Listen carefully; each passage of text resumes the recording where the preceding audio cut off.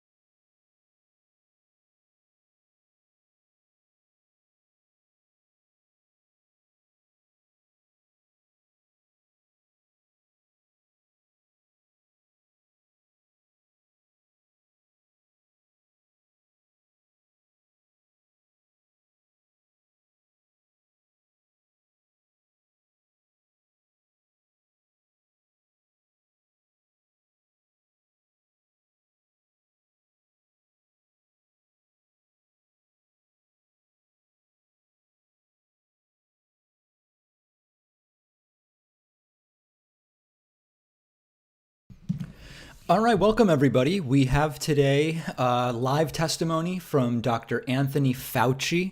We'll also be hearing from Robert Redfield from the CDC, Stephen Hahn from the FDA, and Brett Giroir from Health and Human Services. This has all been very, very crazy, partially because Dr. Anthony Fauci now is in what's being called a modified self-quarantine. He, as well as many others, have been exposed to people testing positive for coronavirus at the White House. The calls are coming from inside the house, for lack of a better term, and Fauci is going to instead be testifying via teleconference. I believe Redfield was also in a similar self-quarantine. I don't know about Stephen Hahn. Brett Giroir was, of course, at Trump's press briefing yesterday. So I assume that he's going to be there in person. But everything just kind of falling off the walls as we continue to see states like Texas and Georgia and Ohio see accelerating new cases on a daily basis. So it's all pretty wild, needless to say. Okay. I believe that I am more or less set up. This is not the studio. This is just my office, and I need to be streaming from here because in the middle of the testimony, I'll have to go over to the studio, down to the studio to film today's program, so I can't occupy it for streaming. I believe we're set up so that super chats on YouTube should pop up. I may have to tweak this box in the lower left a little bit. We have all the same stuff with memberships will pop up, and all of that seems to be working fine. I haven't streamed from this room for a long time since the studio has effectively been moved home at this point. So we'll see how it all goes.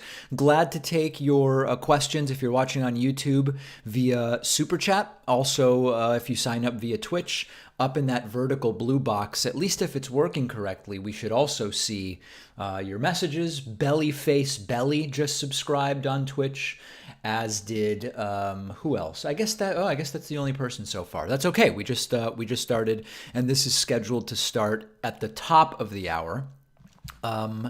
Let's see. Keep It Real Cam says looking good from here via Super Chat. Oh, okay, very good. Yeah, so it looks like things. I guess I just have to move it just a tiny bit. There we go. That's perfect right there. I don't know what this graphic is over on the right side. I guess I don't really need that. We can maybe... Yeah, there we go. Story Guy says keep up the good work. Beautiful. Beautiful. It all seems to be working properly. A few highlights. I'm going to be doing a deep dive on this. On my broadcast show and podcast, I've basically stopped talking about Trump's press briefings and CEO roundtable propaganda and all of that stuff because it's not newsworthy and it's the same thing every day. And it went so poorly for Trump that he actually stopped doing the press briefings. Yesterday, he finally did one, and it was an absolute and total disaster.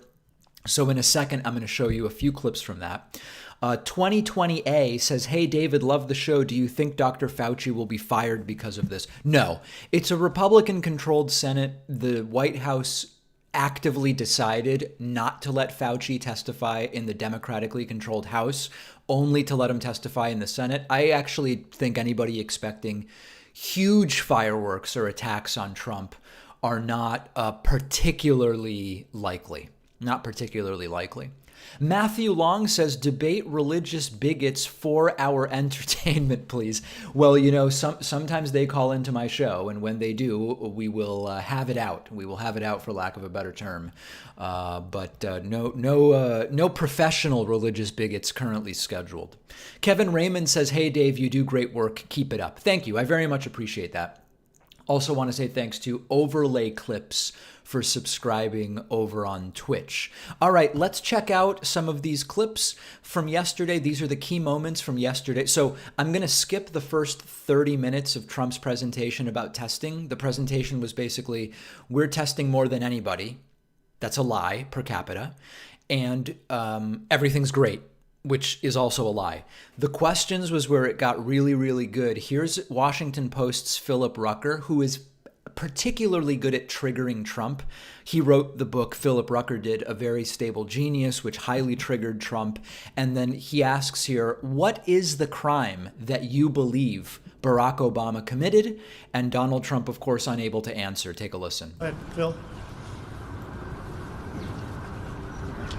Mr. President, in one of your Mother's Day tweets, you appear to accuse President Obama of the biggest political crime in American history by... That's already hilarious. I mean, like, it's all just reading. All Philip Rucker is doing is reading what Trump said, and it's already endlessly hilarious. Those were your words. What crime exactly are you accusing President Obama of committing, and do you believe the Justice Department should prosecute him? Obamagate. It's been going on for a long time. It's been going on from before I even got elected. Right. The crime is Obamagate, ladies and gentlemen. Second degree. Obamagate in the second degree. And it's a disgrace that it happened. And if you look at what's gone on, and if you look at now all of this information that's being released, Information. and from what I understand, that's only the beginning. Some terrible things happened, and it should never be allowed to happen in our country again. Right. And what is it exactly that happened? You'll be seeing what's going on over the coming weeks, and I wish you'd write honestly about it, but unfortunately... So now he's shifting to attacking Philip Rucker. You choose not to do so. Yeah, John, please. What is the crime exactly that you're accusing him of? You know what the crime is. The crime is very obvious to everybody. All you have to do is read the newspapers, except yours. How genius is that? Trump says, listen, everybody knows what the crime is, except you won't write it, Philip Rucker. The other newspapers, but of course, nobody has actually said what is the crime. Let me check in on our hearing. Okay, it hasn't started yet. Then they go to friend of the David Pakman show, CBS's Weijia Jiang, who says, why is everything a competition with you? Why is it all about we're the best this, but people are dying? Isn't that selfish? And Trump says, why don't you go ask China about that? It doesn't even make sense, other than Weijia Jiang is Chinese American, but Trump argues that's not why he said it. Yeah, go ahead, please. Said many times that the U.S. is doing far better than any other country when it comes to testing. Yes. Why does that matter? Why is this a global competition to you if everyday Americans are still losing their lives and we're still seeing more cases? By the way, I've read that these are not good masks because this is a one-way valve and stuff comes out. I don't, if anybody can verify for me, I've heard that this is actually not a good mask to wear to protect others. It'll protect you, but not others. Every day. Well, they're losing their lives everywhere in the world. And maybe that's a question you should ask China. Don't ask me. So it's like, wait a second.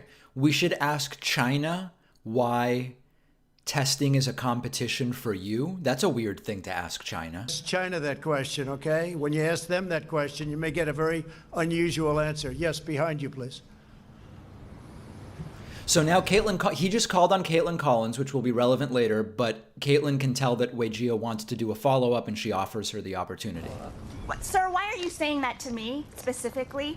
I'm telling you, I'm not saying it specifically to anybody. I'm saying it to anybody that would ask a nasty question like that. There it is, the nasty question meme. Not a nasty Please question. go ahead. Why does it matter? Okay. Okay, anybody else? So now you'll see that Caitlin Collins gets in to ask the question Trump called on her to ask, and then Trump rage quits. Please, go ahead in the back, please. I have two questions. No, it's okay. But you pointed to me. I have two questions, Mr. President. Next, please. But you called on me.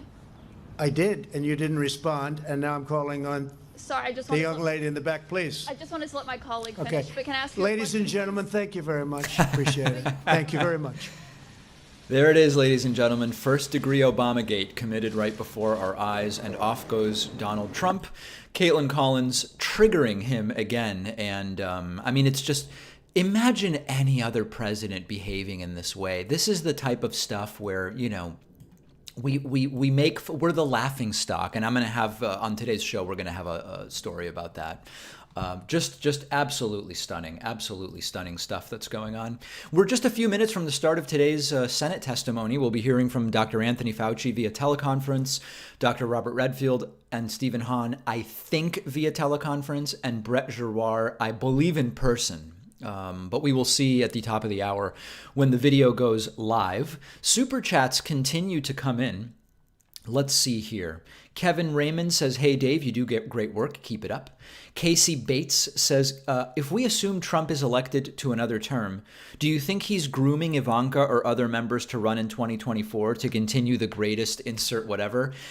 I don't know how formally he's doing that, but I think Trump loves the idea of continuing his reign of terror through nepotism, which is essentially how the guy operates. Thanks to Drea Mack for sending a super chat. Matthias Germany says, you need definitely a haircut. A nice face needs space. Yeah, it's not happening anytime soon. Cyrus Palmer says, how is that a nasty question? Trump is a coward. Of course. Brandon Johnson says, what could Obamagate possibly be? Your guess is as good as mine. And Tim Vigneault says, first degree Obamagate, my new favorite meme. Yeah, I mean, it's, these are not tricky questions if answers exist. You said Obama committed the greatest political crime in the history of the United States. You must be able to identify the crime, right? No, he can't. He knows it's the most serious crime politically ever committed, but he can't tell us what the crime is.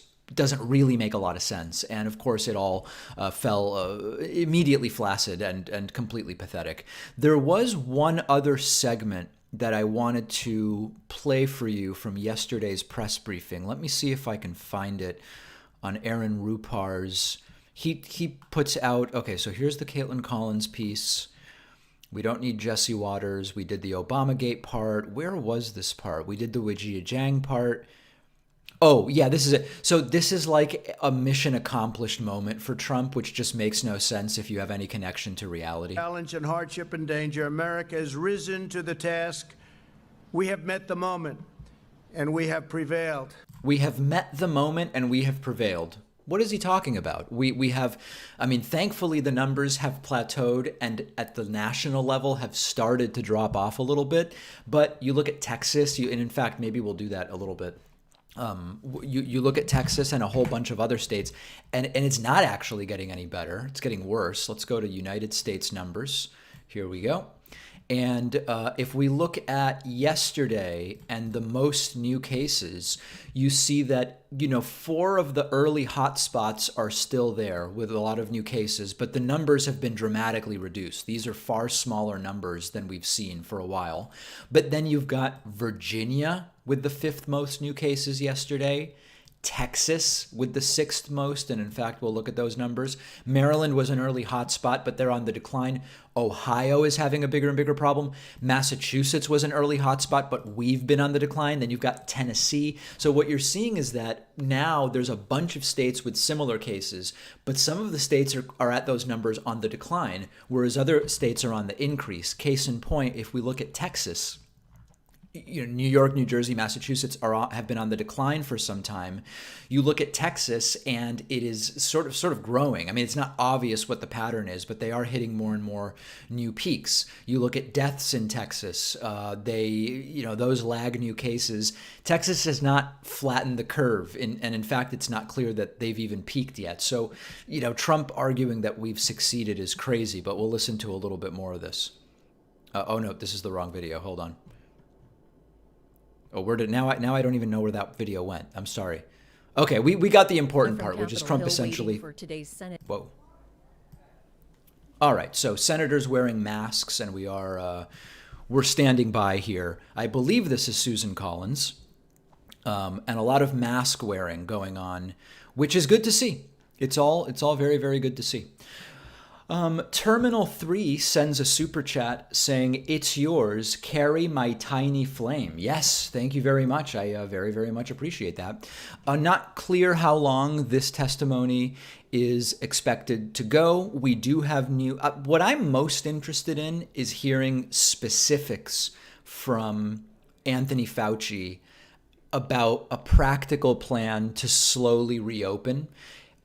New York, for example, Governor Andrew Cuomo announced yesterday that they are going to be doing 3 things. Number 1 is allowing landscaping and gardening companies to resume. Hill waiting for today's Senate Health Committee hearing to get underway. Doctors Fauci and Redfield, along with other members of the White House Coronavirus Task Force, are expected to testify. They'll talk about the response and reopening phases of the pandemic lockdown. Right. So New York said they're going to allow on Friday, I believe it is, landscaping and... Oh, is this the senator who dumped all that stock? I think it is. Landscaping and gardening business to reopen. Drive-in movie theaters, which is like, okay, I mean, that's tiny. It's a tiny thing, but it's very low risk. And certain outdoor activities that don't require people to be on top of each other, like tennis would be okay, but basketball would not. And it's really not much, but it feels like something. And I'm hopeful that our governor here in Massachusetts, Charlie Baker, is going to do something different. Yesterday, he put out a bizarre statement saying that they will soon be in the phase of announcing phases for the reopening. They are evaluating the phases and they are phasing the evaluation. I mean, it was a lot of gobbledygook, but the point is, it sounds like Massachusetts is also going to find some low-hanging, low-risk fruit that maybe Monday or soon thereafter can start to move in the right direction. And that's really what I'm interested in. You know, the phases that Trump laid out are bogus to begin with because we're not doing enough testing. But in addition, almost every state that decided they are moving on to phase one didn't actually meet the guidelines that Trump outlined. So it's like, what's the point of even having these guidelines if states are just deciding to reopen anyway? It's a complete and total mess. Absolute, complete and total mess. Okay. Other super chats that are coming in. Sean McCracken says, it says nothing, but sends a super chat. I appreciate that. Terminal 3 says, stay calm. We got this. All right. We are all calm. Very, very much so. I will mention that today we've got a big day on our plate. We have this stream happening right now. We then have the broadcast show, or our podcast. Then we have the bonus show for members, another 15-20 minutes. And then at 2 p.m. Eastern, Kaylee McEnany, or McEnany, or McEnany, as some people say, will be doing another press briefing. And those have been such abortive disaster porn that I believe we're going to be covering that live as well. So a lot, I think 5, potentially even 6 hours of new content today. And of course, the best way to support all of this is to grab a membership on my website. We have a website, joinpacman.com. That's our sort of steadiest and primary funding source for all of this stuff. It's what has allowed me not to have to cut hours for anybody during coronavirus. We've done no layoffs. We've socially distanced everybody, upgraded everybody's home internet so that we're able to do all of this stuff with no problem. If you are in one of these 20% situations, 20% of the country that has lost their job or reduced hours, then hey, all of this stuff is free and enjoy it. If you are in a position to be able to say, hey, I can do $1 a month or $2 a month, consider getting a membership at joinpacman.com. You will start filling this bar up as you do so, and I will thank every one of you, every single one of you. So for example, there was somebody who just signed up. Jesse Abreu just grabbed a membership, and as you can see, we now are starting to fill the bar. The coupon code up there, 2020 now, is not mandatory, but it's available, saves you 66%, and it drops the cost of a membership to just $2 a month. Let's see if this is starting. For disease control and prevention, individuals in the hearing room are at least 6 feet apart. As a result, there's no room for the public to attend in person. Representatives of the press are working as a pool to relay their observations to colleagues. The hearing may be watched online. An unedited recording will be available on the committee's website, www.healthsenate.gov. Oh boy. Witnesses are participating by video conference in a one-time exception. Some senators, including the chairman, are participating by video conference. Senators, we've been advised, may remove their masks, talking to the microphone when they're in the hearing room as they're 6 feet apart. I'm grateful to the Rules Committee, Sergeant at Arms, the Press Gallery, the Architect of the Capitol Police, committee staff, Chun Sheck and Evan Griffiths. All this may or may not go well. Keep us safe. At our hearing last Thursday, I said that all roads back to work and back to school run through testing, and that what our country has done so far on testing is impressive, but not nearly enough.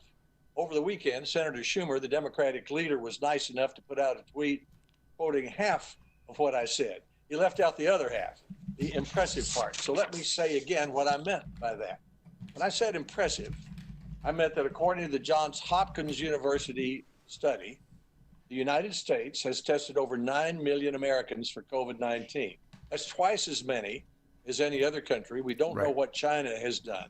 We have 331 million people per capita is what matters. Countries, including South Korea, which many members of our committee had cited as an example of a country that had tested well. According to Dr. Deborah Birx, the United States will double testing in the month of May, which should get us up to about 10 million tests conducted. Now, here's what I mean by impressive here in Tennessee, where I am today. First, anyone who's sick, first responder or healthcare worker. So Tennessee's actually a disaster, but here's what you guys need to understand. Trump is saying both, that the target for May is 10, or yesterday he said 12 million tests. And anybody who wants to get tested can get tested. How is it possible that if the goal is 10 to 12 million tests, anyone in a country of 331 million could get tested? It doesn't make any sense. It's just simple math, my friends. Sent his testing goals in May to the federal government, as every state has done. Federal government is helping him make sure that he has enough supplies in case he has trouble getting them through the labs and the other commercial sources. As a result, our state has tested about 4% of the population. The governor hopes to increase that by 7% in May. That's one of the best in the country. This impressive level of testing is sufficient. By the way, there's also one other thing that increasingly we have to talk about. I mean, we know Lamar Alexander is saying Trump's a genius. So this is really, we want to hear from Fauci. I feel comfortable muting this to talk to you guys. There's something else that you have to understand. Now Trump has started saying we have now tested per capita more than South Korea. This is going to be a new talking point. What you have to understand about that is that once you no longer have cases, your testing would understandably go down because there's no one to test.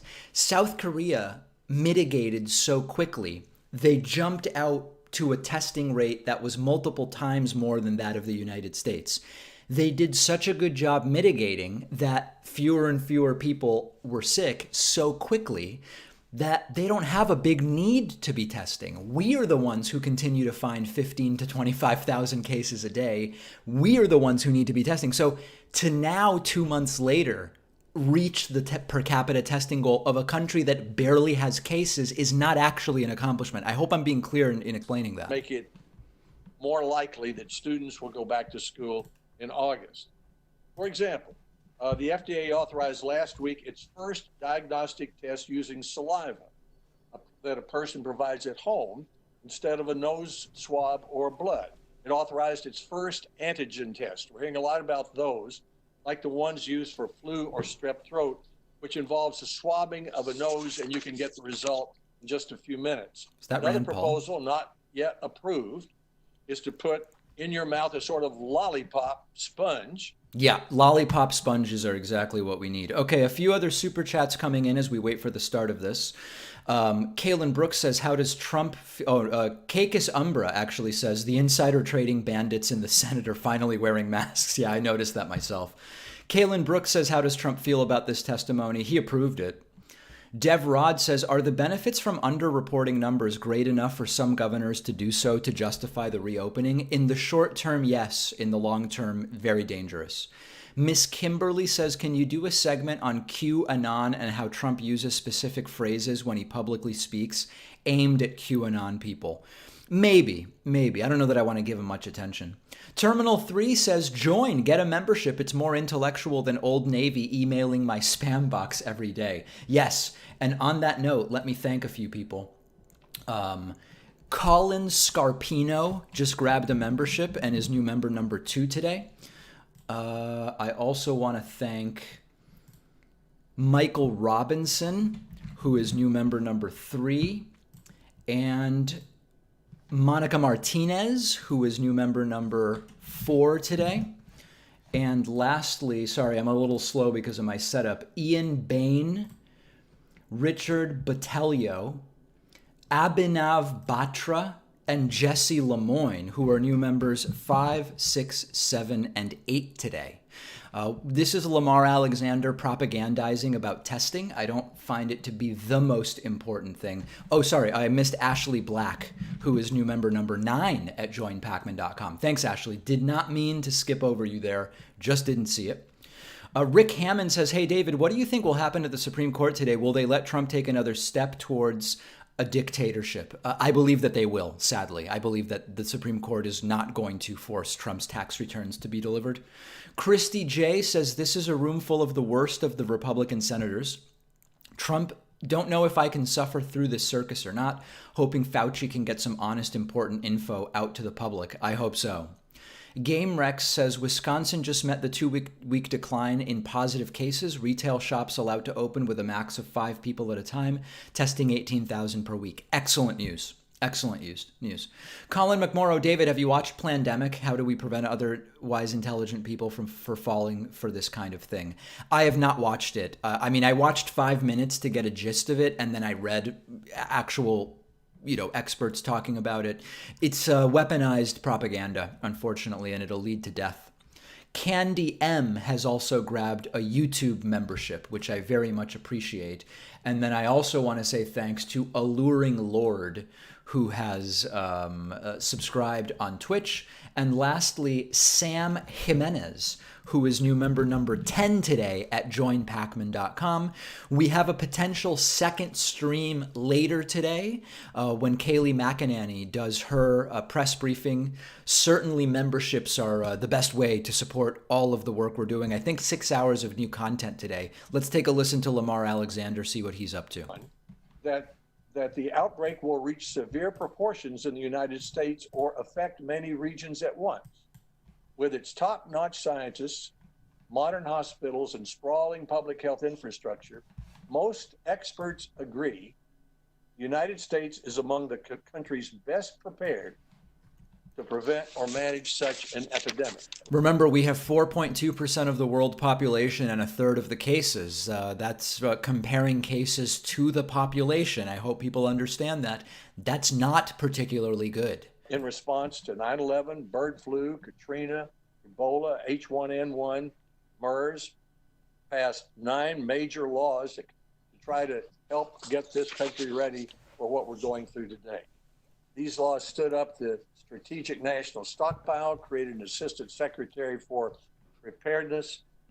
It created incentives for the developments of vaccines and medicines that we're using today, strengthened the Centers for Disease. This defense feels so flaccid. Like, we all know this is BS, and we completely have failed thanks to the federal government. Years, we've significantly increased funding for the National Institutes of Health. All this was part of a shared goal. Democrats, Republicans, 4 presidents, several Congresses, to try to get ready for what we're going through today, whether it was known like anthrax or unknown like COVID-19. But despite all that effort, even the experts underestimated COVID-19. This hearing is about how we improve our response to this virus as well as the next one. During the oversight hearing, I also intend to focus on, as I just said, the next pandemic, which we know is coming. What can we learn from this one to be ready for the next one? What can we learn from the fast tracking of vaccines and I think what we've learned is that it's not really a joke to have an incompetent president who still doesn't understand vaccines or viruses or testing or anything. Like, it leads to death. We've learned we can never make this mistake again as a country. Does our share of the funding responsibility? How do we provide enough extra hospital beds without canceling elective surgery, hurting other patients, and bankrupting hospitals? Whose job should it be to coordinate supply lines so that protective equipment and supplies get where they're supposed to go when they're supposed to go? What's the best way to manage the stockpile? My preacher once said... Important question from Captain Crunch, who says via Super Chat, feel free to send yours. David, what would you say to people who want to open their states early, yet the White House has just started extreme measures to prevent COVID spread in the West Wing? You've got to follow a protocol, and part of it depends on how much you trust your governor. There are governors handling things well and governors not handling things well. But clearly the message is the White House can't even control this in the White House. They certainly are not well suited to tell the country what it is they should be doing. Devrod says, if the virus is still widespread when the vaccine arrives, do you think it will become mandatory to take the vaccine to go to work or to travel? I think that legally that's very difficult. I know a lot of people are sort of fear-mongering around mandatory vaccines. I simply don't know that there is any precedent, any legal basis for that. Now, what could happen is that a private company like an airline could say, we as a policy only want people with a vaccination certificate on our planes. They could do that. And if you are a right-wing conservative who believes in businesses being able to run their businesses however they want, then you would have to be in favor of that. Schools, like they already do, might say, listen, if you don't have measles, you're not coming to our school. It's not the government saying it, but a school could say that. Schools could say whatever they want about vaccination, but the idea of this sort of like forced vaccination by the government, I just don't think there's any political appetite for that. And you actually don't need everyone to be vaccinated to get herd immunity. The belief right now is that based on the contagiousness of coronavirus, somewhere between 60 and 70% immunity would be enough for herd immunity to keep the R not below zero. The effective R effective below 1, I'm sorry, not below 0.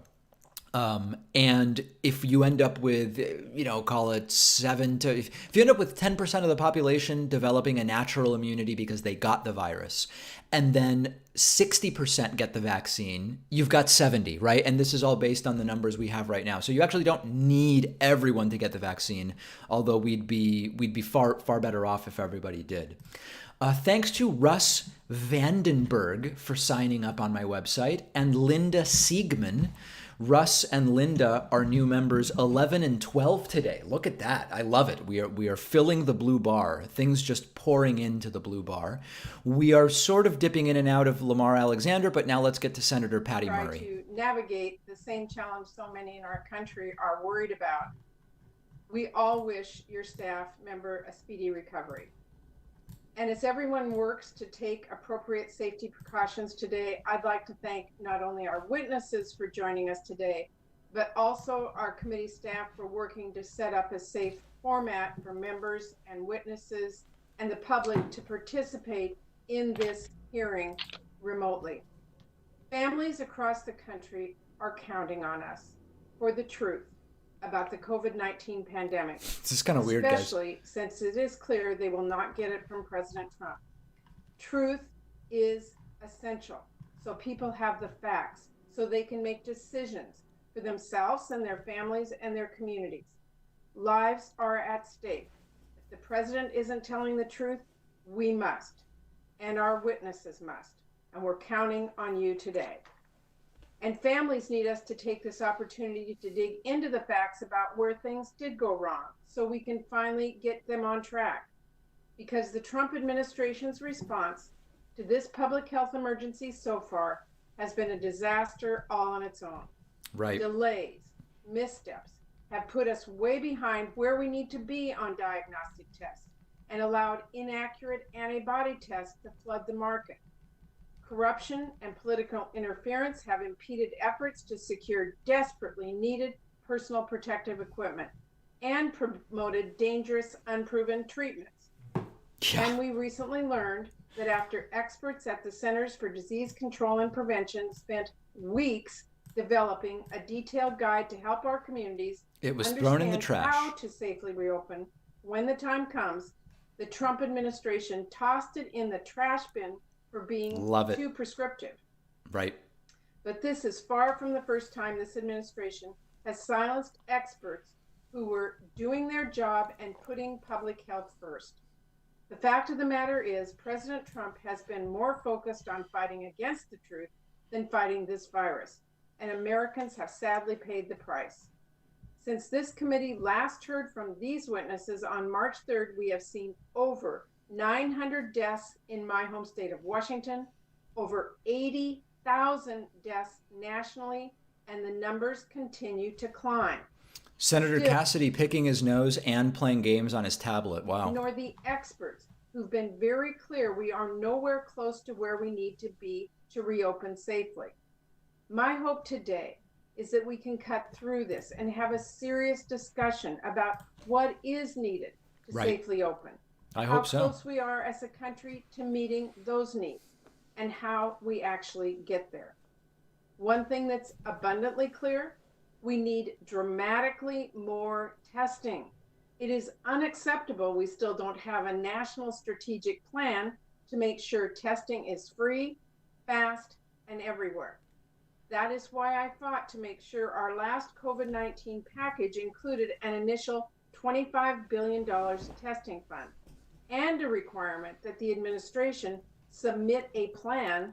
This is concerning. JY sends a super chat and says, "Thanks for the hard work, David. My whole family is conservative. Unfortunately, they've all been duped by plandemic. What is it about conservatism that lends itself so well to conspiratorial thinking?" That's a very deep and huge topic, which I've done some interviews on my channel. But there are both political and scientific answers to that, and it's certainly a bigger topic than we can deal with today. Chad Lightning says, "What is your opinion of the religious rhetoric like invisible enemy the administration attaches to the virus, appeasing his base?" I find it to be more war rhetoric. It's all about, it is an enemy, but it's invisible. That's my sense of it, that it's more about war and Trump framing himself as a wartime president. Devrod says, "Last question, your thoughts on children in New York having Kawasaki disease-like symptoms from COVID exposure? If this goes widespread, would that finally make more people take this seriously?" Yeah, I mean, it's still early in looking at that, and that is, it's highly treatable, although not guaranteed to work. But if more kids start developing those symptoms when they are exposed to COVID-19, to the coronavirus, and that is how COVID-19 manifests, better said, then, I mean, yeah, it certainly could affect people in their assessment of the danger. Let me say thank you to Paula and David Butts, as well as Dan Balistrieri, who are new members 13 and 14 today at joinpacman.com. Look at that. That's something to be proud of right there. Let's get back to Senator Patty Murray. She's the ranking member. The Health Committee is chaired by Lamar Alexander, a Republican, who we already heard from.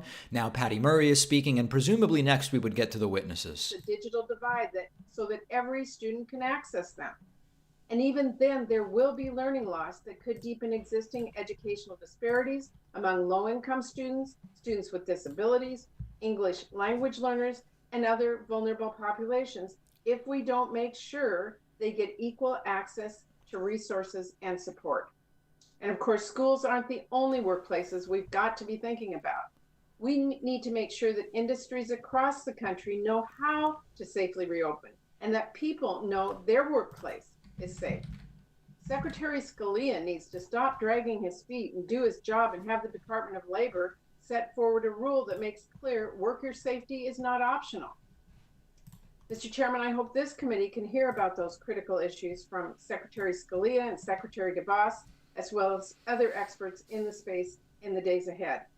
And this is especially important to protect workers and residents at our nursing homes and other congregate care facilities, where we've seen some of the most deadly outbreaks. And as the rash of outbreaks at meatpacking plants shows, this isn't just an issue for the healthcare industry, it is an issue for everyone. And just as we need a plan before we can start to reopen, we also need a plan well before we have a safe and effective vaccine to guarantee that we can quickly produce and distribute it on a global scale and make it free and available for everyone. So I'll be asking about our progress on those issues today. Today, safely reopening our country may be a ways off, and the administration's planning may be way behind. But there's still a lot that Congress needs to do. There isn't time to spare. Some, including the White House, say we've already provided enough economic relief. Well, my question to them is, what good is a bridge that only gets you to the middle of the river? We don't need to wait around to see if people need more help. We know they do. We need to work quickly on another aggressive relief package, and we need to make sure our priorities in that bill are protecting our workers, our students, and our families, and addressing this public health crisis, not bailing out corporations or protecting big business from accountability. People across the country are doing their part. They are washing their hands and wearing masks and social distancing and staying home. They need their government to do its part too. They need leadership. They need a plan. They need honesty, and they need it now before we reopen, so they can rest assured that we are doing things safely and competently with their health and well-being as a top priority. Thank you, Mr. Chairman. Wow. Wow. This hearing, it's an important hearing, and I know lots of people may be watching it for the first time. If they are, I hope they notice that we have 23 members of this committee, I believe, one more Republican than Democrat. We have some very strong views, but we're able to work together and to express those views and respect each other and our witnesses. And a big part of that goes to Senator Murray and her staff. So thank you for that. Each witness will have up to 5 minutes to give his testimony. Thank you for making an exception and agreeing to testify by video because of these unusual circumstances. And thank you for what you're doing for our country. Our first witness is Dr. Anthony Fauci. He's director of the National Institutes of Allergy and Infectious Diseases at the National Institutes of Health. He's held that position since 1984, which meant he's advised 6 presidents and worked on HIV/AIDS. And it seems Trump's the only one that's been able to create such a attitude that Fauci must be fired. At NIH, and also worked on vaccine trials for Ebola. Next, we'll hear from Dr. Robert Redfield. He's director of the U.S. Center. By the way, tell us who's going to be testifying, which we know. I want to thank Catherine Turek, who has just grabbed a membership at joinpacman.com and is new member number 15 today. Thank you so much, Catherine.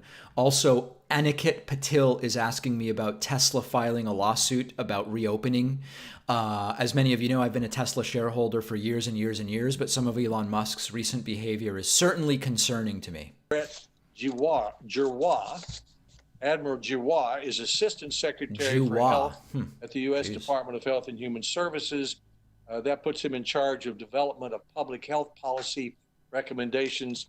He's taken on the responsibility for coordinating testing and focused on the increasing number of tests that we can do with existing technology. His federal service includes a variety of activities with our Defense Department in advanced research, threat reduction. He was part of the Blue Ribbon Panel to reform the U.S. veterans health system. And finally, we'll hear from Dr. Stephen Hahn. He's commissioner of the Food and Drug Administration. Yeah, he's the guy who went on CNN and tried to make Trump's bleach injection comments not seem that crazy in a crazy segment with Anderson Cooper and Dr. Sanjay Gupta. Center. He was chair of the Department of Radiation Oncology at the University of Pennsylvania. He was a senior investigator at the National Institutes of Health. He was commander of the U.S. Public Health Service Commission Corps in 2025. Now we'll ask each of our witnesses to summarize their remarks in 5 minutes. Following that, each senator will have 5 minutes for questions and answers in order of seniority. What a mess. Dr. Fauci, let's begin with you. Welcome. Thank you very much, Mr. Chairman, Ranking Member Murray, and members of the committee. Thank you for giving me the opportunity to discuss with you today the role the National Institutes of Health and research addressing Is this a mirror? COVID-19. Someone in a, is that another room? The strategic plan that we have is fourfold. One, to improve our fundamental knowledge of the virus and the disease it causes. Next, to develop new point-of-care diagnostics. Next, to characterize and test therapeutics. And finally, to develop safe and effective vaccines. First, with regard to diagnostics. As you probably heard from Dr. Francis Collins last Thursday, the NIH has developed a rapid acceleration of diagnostics program called RADx, with an award to that specific program up to $500 million to support the development of COVID-19 diagnostics. It is a national call for innovative technologies that will be evaluated in a Shark Tank-like selection process to get to either success or failure rapidly. Moving on to therapeutics, I'll talk a bit about the remdesivir success antiviral in a moment, but let me emphasize that there are a number of broad-spectrum antivirals that are in various stages of testing. In addition, we will be looking at convalescent plasma, which is plasma from individuals who've recovered from COVID-19, to be used in passive transfer, either in prevention or treatment. In addition, hyperimmune globulin, which can be used as a gamma globulin shot. We'll be looking at repurposed drugs, as well as immune-based therapies and host modifiers, and finally, monoclonal antibodies. Let me take a moment to describe the remdesivir placebo-controlled randomized trial, which was done internationally with a power of more than 1,000 individuals. What I'm curious to see is whether Fauci mentions that antivirals work better earlier and that the remdesivir trial was on people already very, very sick. We might gain more from starting it earlier. It was statistically significant, but really modest. And we must remember, it was only a modest result, showing that the drug made a 31% faster time to recovery. We hope to build on this modest success with combinations of drugs and better drugs. Moving on to vaccines. There are at least 8 candidate COVID-19 vaccines in clinical development. The NIH has been collaborating with a number of pharmaceutical companies at various stages of development. I will describe one very briefly, which is not the only one, but one that we have been involved in heavily developing with Moderna. It's a messenger RNA platform. You might recall in this committee that in January of this year, I said that it would take about 1 year to 18 months if we were successful in developing a vaccine. The NIH trial moved very quickly. On January 10th, the sequence was known. On January the 11th, the Vaccine Research Center met to develop a plan. On the 14th of January, we officially started the vaccine development. 62 days later, we are now in phase 1 clinical trial with the 2 doses already fully enrolled. There will be animal safety. The phase 1 will directly go into phase 2-3 in late spring and early summer. And if we are successful, we hope to know that in the late fall and early winter. There are some important issues, however, in COVID-19 vaccine development. We have many candidates and hope to have multiple winners. In other words, it's multiple shots on goal. Right. This will be important because this will be good for global availability if we have more than one successful candidate. We also, as the chairman mentioned, will be producing vaccine at risk, which means we'll be investigating considerable resources in developing doses even before we know any given candidate or candidates work. You essentially have to do that because otherwise you're just behind by the time you know it works. Where certain vaccines can actually enhance the negative effect of the infection. The big unknown is efficacy. Will it be present or absent, and how durable will it be? And finally, I want to mention the NIH has launched a public-private partnership called Accelerating COVID-19 Therapeutic Interventions and Vaccines. The purpose of that is to prioritize and accelerate clinical evaluation of therapeutic candidates with near-term potential. Hopefully, our research efforts, together with the other public health efforts, will get us quickly to an end to this terrible ordeal that we are all going through. Thank you very much. Happy to answer questions later. Wow. Thank you, Dr. Fauci. Dr. Redfield, welcome. Good morning, Chairman Alexander and Ranking Member Murray and members of the committee. Our nation is confronting the most serious public health crisis in more than a century. Yet we're not defenseless. We have powerful tools to fight this enemy. We have tried and true effective. All right, guys, I'm going to step away briefly. I have to film a few elements for today's show down in the studio. I'll be back shortly, and we will continue the stream, of course, and see when they get to the questioning will be the most interesting part. I'll be back very shortly. These public health tools have and will continue to slow the spread of COVID-19. I appreciate the opportunity this morning to provide a brief overview of some of CDC's ongoing work in response to COVID-19. CDC has been working 24/7 to combat the pandemic. CDC's Emergency Operations Center is supporting state, tribal, local, and territorial public health partners in building core capabilities, particularly workforce, laboratory, and data and predictive analytics. Epidemiologists are conducting surveillance for COVID-19 as well as conducting health system surveillance. Community mitigation teams are providing guidance on infection control and contact tracing. and our laboratory experts are performing serological testing to better define the extent of asymptomatic populations. As local leadership makes decisions to reopen, they'll require varying degrees of federal support. Each location will be different and will face unique circumstances. CDC has conducted a state-by-state assessment of public health testing capacity and contact tracing capacity, as well as surge plans. CDC is providing technical assistance and funding to the states provided through the Supplemental CARES Act and the Paycheck Protection Program and Healthcare Enhancement Act. We're working directly with the state public health leaders to define their needs for testing and testing devices, supplies, and manpower, surveillance, data collection and reporting, contact tracing, infection control, and outbreak investigation.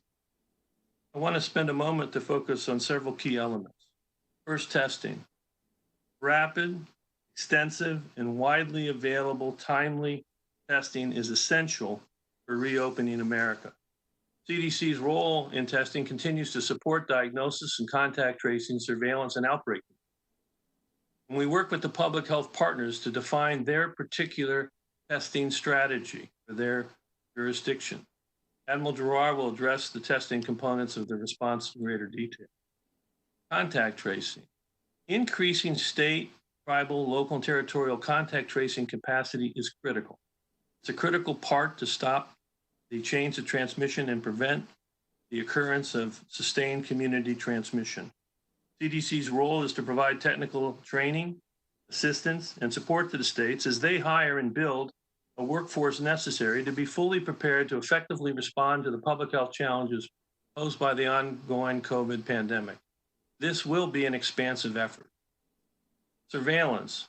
Our nation's surveillance program is built on a combination of systems, including existing syndromic, influenza, and respiratory viral disease surveillance systems that have been combined with commercial and research lab platforms and our case reporting form system. CDC is adapting these and optimizing it to have a surveillance system in response to COVID-19. Importantly, in light of the significant occurrence of asymptomatic infection, the surveillance for asymptomatic infection becomes an important public health tool for early case identification. CDC is working with each public health jurisdiction to develop a prospective surveillance program to include active surveillance among those that are most vulnerable, such as individuals in long-term care facilities, inner-city clinics, and homeless shelters. We need to rebuild our nation's public health infrastructure. Data and data analytics, public health laboratory resilience, and our nation's public health workforce.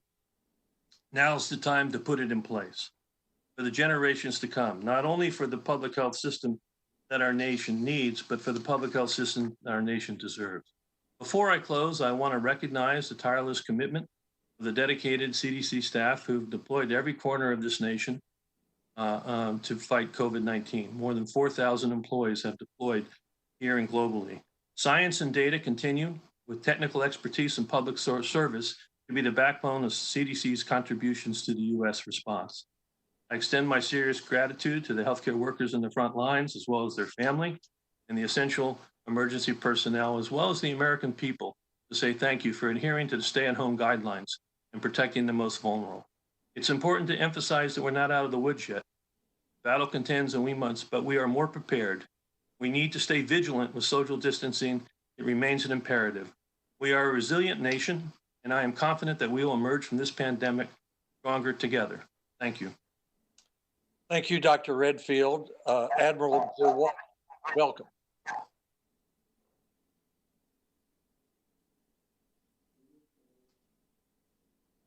Here to provide you with an update on the nation's progress in testing for COVID-19. On March 12th, Secretary Azar requested that I lead the COVID-19 testing efforts within HHS, including oversight and coordination of the FDA and CDC with regard to testing. Since then, the nation has performed more than 9 million COVID-19 tests, a number far greater than any other country and double the per capita tests performed to date in South Korea. To reach this point, we implemented a phased approach to meet testing needs during mitigation and now during phase 1 reopening of America. Beginning March 20th, we pioneered 41 community-based drive-through testing sites in locations prioritized by the CDC. These sites have been a profound success, testing over 167,000 high-risk individuals and demonstrating a prototype that is being duplicated multifold in nearly every state. Next, the administration leveraged trusted retailers, including CVS, Rite Aid, Walgreens, Walmart, Kroger, and Health Mart, who are now providing testing at 240 locations in 33 states, 69% of which are in communities with moderate to high social vulnerability. To meet the need for collection supplies, like swabs and media tubes, we first secured the global supply chain through a military air bridge. We worked directly with manufacturers to increase domestic production. We collaborated with the private sector and the FDA to validate multiple swab and media types that vastly expanded supplies while minimizing the need for PPE. Finally, we used Title III of the Defense Production Act to further invest in domestic manufacturing to prepare us for reopening. To support the need for surveillance testing during reopening, on April 27th, we issued a new testing framework that also prioritized testing for persons without symptoms who are prioritized by health departments or clinicians for any reason, including screening of asymptomatic individuals according to state and local plans. Next, our federal multidisciplinary team conducted multiple calls with leadership from each state to set state-specific testing objectives. Collectively, states and territories established an overall goal to perform 12.9 million tests over the next 4 weeks. The federal government is able to and will support the achievement of this goal. Specifically, the federal government is shipping to states 12.9 million swabs and over 9.7 million tubes of media in May alone. Last month, we also detailed the location and capacity of every lab machine in every state that could potentially run COVID-19 assays, and our team has worked with test suppliers to match reagents to these machines. Looking forward, between now and the end of 2020, the federal government will procure over 135 million swabs and 132 million tubes of media and distribute these to states as requested to supplement the now robust commercial supply. We anticipate marked increases in current tests, as well as a dramatic expansion of new point-of-care tests, like the first-in-class Quidel antigen test authorized by the FDA just last Friday. Quidel anticipates being able to distribute 300,000 tests per day within just a few weeks. So by September, taking every aspect of development, authorization, manufacturing, and supply chain into consideration, we project that our nation will be capable of performing at least 40 to 50 million tests per month if needed at that time. And if new technologies are authorized, like whole genome sequencing approaches or any novel solutions uncovered by NIH's New Diagnostics Initiative, that number will be much higher.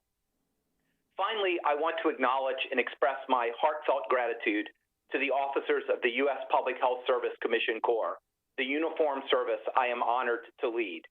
3,471 men and women have deployed in support of this pandemic on the cruise ship in Japan, to our military bases repatriating Americans, to our community-based testing sites and international airports, to FEMA and our task forces, to nursing facilities, including King County, Washington, and to field hospitals and hard-hit communities across our nation. I thank each and every one of these officers and their families, and on their behalf, I thank the members of this committee for supporting our training needs and the establishment of a ready reserve to supplement our ranks in future national emergencies. Thank you for the opportunity to provide these remarks. Thank you, Admiral Giroir. And now Dr. Stephen Hahn, our fourth and final witness. Chairman Alexander, Ranking Member Murray, and members of the committee, thank you for inviting me to participate in this hearing today. I first want to start by thanking the American people for their incredible efforts at mitigation and extend my condolences to those who have lost loved ones. From day one of this pandemic, the 18,000 FDA employees, who are just incredible scientists, doctors, and nurses, have taken an active role in the all-of-government response to this pandemic. FDA has worked to facilitate the development of medical countermeasures to diagnose, treat, and prevent COVID-19. We've worked closely with laboratories, manufacturers, academia, product developers, our federal partners, and companies that don't even make medical products but want to pitch in, for example, by making hand sanitizer, personal protective equipment, and ventilators. Every decision we have made have been driven by data with the goal of protecting the health of the American people. In a public health emergency, however, our response has balanced the urgent need to make medical products available with the provision of a level of oversight that helps ensure the safety and effectiveness of those medical products. I'd like to take a few minutes to tell you what FDA is doing to help the country at this point, and which Americans judge as safe to return to work and to school. It starts with testing, as others have mentioned.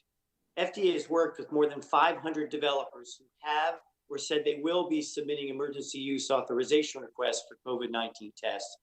This includes some newer technologies that heretofore have not been used as part of diagnostic tests in response to a pandemic.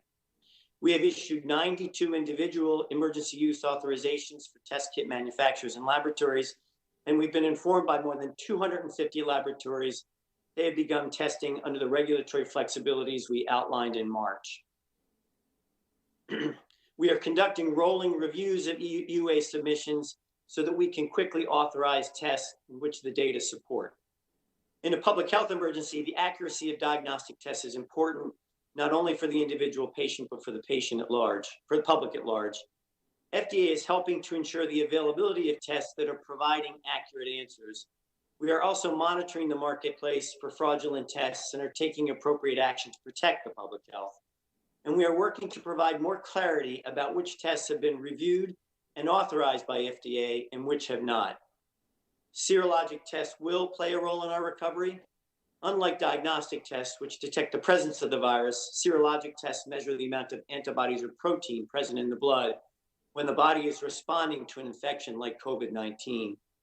These tests can help identify individuals who can overcome an infection and who have developed an immune response. We will continue working with labs, manufacturers, and across the government to find a balance between the assurance that an antibody test is accurate and timely access to such tests. Of course, the way we will eventually beat this virus is with a vaccine, and FDA is working closely with our Fed partners, including the NIH, vaccine developers, manufacturers, and experts across the globe. We intend to use our regulatory flexibility to help ensure the most efficient development of a safe and effective vaccine to prevent COVID-19. Until a preventative vaccine is approved, however, we need medical products to bridge the gap. FDA has been working for several months to facilitate the development and availability of therapeutics as expeditiously as possible. And we've created an emergency program for this acceleration called the Coronavirus Treatment Acceleration Program, or CTAP. We have reassigned staff to work with urgency to review requests from companies, scientists, doctors who are developing therapies, and we're using every available authority and regulatory flexibility that's appropriate to facilitate the development of safe and effective products to treat COVID-19. A variety of therapeutic areas are being evaluated, as mentioned by Dr. Fauci and others, including antiviral drugs and immunotherapies, as well as convalescent plasma, hyperimmune globulin, and monoclonal antibodies. As Dr. Fauci also mentioned, we recently announced the positive results of the NIAID trial of remdesivir and issued an EUA for the treatment of hospitalized patients with COVID-19. Two other promising treatments that I mentioned are the antibody-rich products, convalescent plasma and hyperimmune globulin, and I am certainly willing to go into more detail if members of this committee have questions about this. But we are working very aggressively and closely with stakeholders to facilitate the development of monoclonal antibodies, which, if shown to be safe and effective, could act as a bridge therapy to the development of a vaccine. We recognize that developing vaccines and therapies need to go hand in hand with ensuring that there will be sufficient supplies for our country. So we're also working with manufacturers to make sure that this supply chain is robust. Mr. Chairman, Ranking Member, and members of the committee, Please know that in FDA, you have a dedicated team of some of the nation's finest scientists, healthcare providers, and public health professionals. We are guided by science and data, and we won't let up until we facilitate the development of products that our nation needs to get back to work. I look forward to your questions. Thank you, Dr. Hahn, and thanks to all four of you for your expertise, for your dedication to our country, and your hard work. We'll now begin a round of 5-minute questions from each senator on the committee, alternating between Republicans and Democrats. Each senator has, if you're by video conference, you have a little time clock at the bottom, and I would ask you to try to stay within 5 minutes for your questions and answers. I will start. I've got a question for Dr. Fauci and then Admiral Giroir. Doctor, let's look down the road 3 months.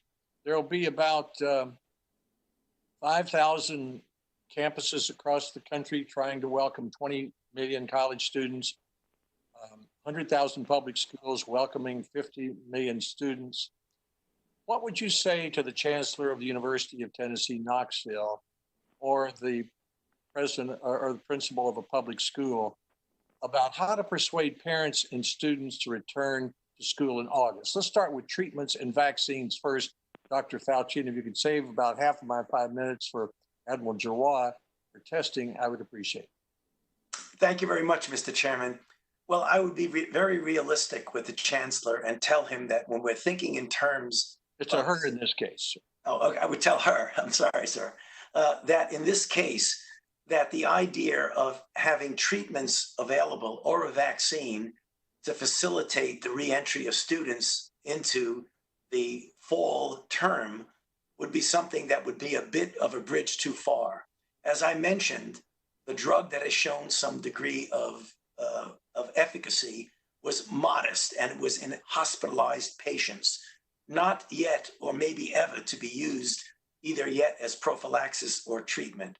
So if the issue is that the young individuals who will be going back to school would like to have some comfort in that there's a treatment, probably the thing that would be closest to utilization then would likely be passive transfer of convalescent serum. But we're really not talking about necessarily treating a student who gets ill, but how the student will feel safe in going back to school. If this were a situation where we had a vaccine, that would really be the end of that issue in a positive way. But as I mentioned in my opening remarks, even at the top speed we're going, we don't see a vaccine playing in the ability of individuals to get back to school this term. What they really want is to know if they are safe. And that's the question that'll have to be due with what we discussed earlier about testing. So I'm about halfway through the remarks. I'd like to just pass the baton to Admiral Giroir, who would address the question of the availability of testing and what role that might play in returning to school. Thank you, sir. Well, thank you, Dr. Fauci. And Admiral Giroir, you said that while we're doing about 10 million tests this month, that we might be as high as 40 or 50 million by September, and a month, which is a significant increase. So if I'm Chancellor of the University of Tennessee, could I develop a strategy where I'd say to all my students, we have, for example, an antigen test, which is quick and easy. You want everybody on campus to come by and take it once before you begin school. That will at least let everybody know that on that day we've isolated anybody who's positive, and then we can continue to monitor. Is that strategy possible in August and September? So thank you, Mr. Chairman, and I may reserve 20 seconds for Dr. Redfield as well. The strategy that's going to be employed really depends heavily on what's the community spread at that time. If there's almost no community spread, your strategy will be different. If there's high community spread, it will also be different. But yes, technically, we will have the ability, and your chancellor will have the ability. We expect there to be 25 to 30 million point-of-care tests per month available. It is certainly possible to test all of the students, or it is much more likely that there would be a surveillance strategy done where you may test some of the students at different times to give an assurance that there's no circulation, and that would be done in conjunction with the CDC and the local health department. There's also strategies that are still needing to be validated, but of pooling samples. We know in some experimental labs as many as 10 or 20 samples can be pooled. So essentially one test could test 20 students. And finally, there are some experimental approaches that look interesting, if not promising, that, for example, wastewater from an entire dorm or an entire segment of a campus could be tested to determine whether there's coronavirus in that sewerage, the wastewater. So there are other strategies being developed. And I'd like to at least give 20 seconds to Dr. Redfield, who really will be working on the strategy of how to employ the test given different community spreads. Dr. Redfield? Yeah, just some quick comments, sir. I mean, first, I think it's really important to evaluate critically the role of changes in social distancing on college campuses and schools and the situation, not to forget the importance of what we've learned. Clearly, also developing an aggressive program for wellness education, making sure people understand when they're symptomatic, they need to seek evaluation. I think you are going to have to look at the role of testing. I think there is going to be an important role of testing in these circumstances, and I think it will be individualized based on where these different schools are, how much infection is in that region. I'm going to wrap it up there so I can set a good example for the other senators with their 5 minutes. Senator Murray. Thank you very much, Mr. Chairman, and thank you to all of our witnesses. Dr. Fauci, you have warned of needless suffering and death if we push to reopen too soon, but the president has actually been sending the opposite message. I want to ask you today, what is the most important message you have for communities and states that are reopening, even as our public health experts make it clear it's too soon? Tell us what the consequences are. Thank you very much for that question, Senator Murray. As I've said many times publicly, what we have worked out is a guideline framework of how to safely open America again. And there are several checkpoints in that, with a gateway first of showing, depending on the dynamics of an outbreak in a particular region, state, city, or area, that would really determine the speed and the pace with which one does re-enter or reopen. So my word has been, and I've been very consistent in this, that I get concerned if you have a situation where the dynamics of an outbreak in an area are such that you are not seeing that gradual over 14-day decrease that would allow you to go to phase 1. And then if you pass the checkpoints of phase 1, go to phase 2 and phase 3. What I've expressed then and again is my concern that if some areas, cities, states, or what have you, jump over those various checkpoints and prematurely open up without having the capability of being able to respond effectively and efficiently, my concern is that we will start to see little spikes that might turn into outbreaks. So therefore, I have been being very clear in my message to try to the best extent possible to go by the guidelines, which have been very well thought out and very well delineated. So if a community or a state or a region doesn't go by those guidelines and reopen, the consequences could be pretty dire, correct? The consequences could be really serious, particularly, and this is something that I think we also should pay attention to, that states, even if they're doing it at an appropriate pace, which many of them are and will, namely a pace that's commensurate with the dynamics of the outbreak, that they have in place already the capability that when there will be cases, there is no doubt, even under the best of circumstances, when you pull back on mitigation, you will see some cases appear. It's the ability and the capability of responding to those cases with good identification, isolation, and contact tracing will determine whether you can continue to go forward as you try to reopen America. So it's not only doing it at the appropriate time with the appropriate constraints, but having in place the capability of responding when the inevitable return of infections occur. Well, thank you for that. And it's very clear in order to do that, we need knowledge, which is about testing. And for months, this administration's approach to testing has really been plagued by unrealized goals and disregard for systemic problems within that supply chain. And last week, an average of just 250,000 tests per day were performed in the United States. That is a small fraction of what we need. And yesterday, President Trump had the gall to declare the U.S. had, quote, prevailed on testing in a press conference that was filled with misinformation and distortions. Dr. Gerard, public health experts do not think the U.S. has prevailed. I'm glad you finally committed that states, including my home state of Washington, will receive enough tests to meet their goals for May and June. But this administration has had a record of giving us broken promises that more tests and supplies are coming, and they don't.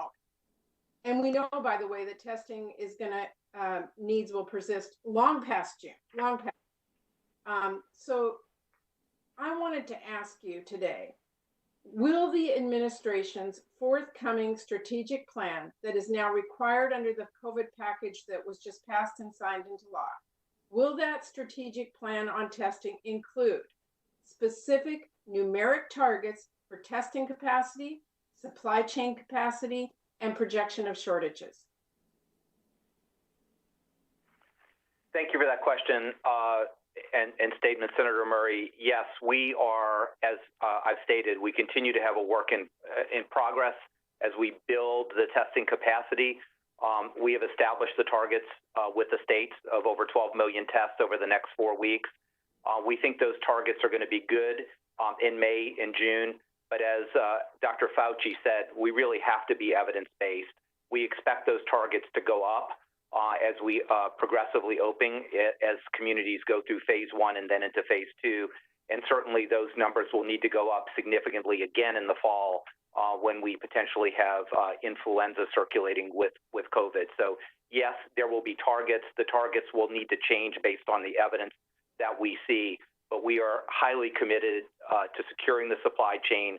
We've worked daily with every manufacturer, and I'm just pleased we're in May and June able to get ahead of the states so that we can supply them what they need so they have those assurances. So there's not going to be any doubts about that. My question to you is, when you put out that specific plan that you are required to do, we will see numbers that you are going to tell us that you will reach, targeted for testing and supply chain capacity and protection of source. Instead of just saying we hope to have 1 million this week, next week, so you will give us the specific targets, correct? We know specific. I'll say yes, ma'am. We know the specific. We know the specific amounts of tests we have over the summer. How many we need? So, yes, ma'am. We developed the need statements by working with the states individually, with epidemiologists, with the CDC, so that overall in May we'll be testing about 3.9% of the overall U.S. population. I'm fine, but what I'm telling you, well over time, Senator Murray. How many we have, but how many we will need, not just for May, but in the coming months, so that we can be prepared to have them. Yes, ma'am, and not to be repetitive, but we need to be evidence and data driven, because what we may see in May or June will drive differences in the amount of test goals we have. So we really just need to be very humble about this. We need to look at the data. We know that the testing needs will go up over May and June as we progressively open, and we will do our best to predict that. But you have to understand, we have to see what the data and the evidence show at that time. Okay, I appreciate that. Mr. Chairman, again, what our strategic plan requires is what is the goal, not how many we have, but how many we need. And that's what we'll be looking for. Thank you. Thank you, Senator Murray. Senator Enzi. Thank you, Mr. Chairman, and I particularly appreciated your opening statement where you had a very succinct list of preparations we need to learn from this pandemic for the next one. Not only should we be working on this and preparing, but we need to look at the future too. And I think we've learned a lot. We're fighting a virus at the same time that scientists are learning about it. So we need to be nimble. We also need to be sure that we are prepared for a second wave of outbreaks that could coincide with the start of the flu season, potentially stressing our healthcare system even more than it already has been. Admiral Girard, I thank you for your comments. I think they've been comforting about what has been done and what can be done. I agree with Senator Murray that we need to have some specific goals. As an accountant, that's always one of the things that I'm looking for. For questions, Dr. Hahn, our understanding of the clinical picture of COVID-19 continues to evolve. What first looked like a respiratory illness now seems much more comprehensive, potentially affecting the heart, the brain, the kidneys, and other organs. How does this evolving picture impact the ability to evaluate the appropriate clinical or surrogate endpoints for review of vaccines and treatment? Thank you, Senator, for that question. The evolving clinical picture and obviously the way this is manifesting around the country clinically does in fact inform the endpoints that we will work with developers of therapies on so that we can get the absolute most efficient, but also the most accurate information and appropriate endpoints to make the necessary authorizations and approvals. We have set up this program called the Coronavirus Treatment Acceleration Program, where our top scientists and clinicians have been at the table consulting with our colleagues at NIH and CDC to actually address those questions. What are the appropriate endpoints? I'll give you an example. We do know that in some circumstances, patients who've had severe COVID disease have developed thrombotic or clotting type episodes. And so we prioritize a review of agents that we think might be beneficial. And obviously the clinical endpoints for those trials will be different than an agent that's an antiviral like remdesivir, whereas Dr. Fauci mentioned we're looking at time to recovery. So we want to adapt it to the clinical circumstance as well as to the type of therapy that's put before us. Thank you. Another question to Dr. Hahn. We have made a lot of progress in vaccine development already, but BARDA has identified that domestic manufacturing of needles and syringes is a significant gap in pandemic preparedness. What has HHS done in advance of a potential national vaccination campaign to ensure that we have sufficient capacity to administer a vaccine? Senator Enzi, thank you for that question. This is a really important point because, as you mentioned, it's not just about the vaccine or hopefully vaccines that are developed.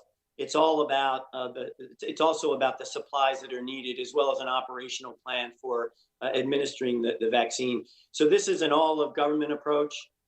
There is a program that's been set up called Operation Warp Speed that includes Dr. Collins, Dr. Fauci, his colleagues at NIH, the Department of Defense, as well as other members of HHS and FDA. Dr. Peter Marks from our Center for Biological Evaluation Research has been helping coordinate that, is working very closely with Dr. Fauci and his team.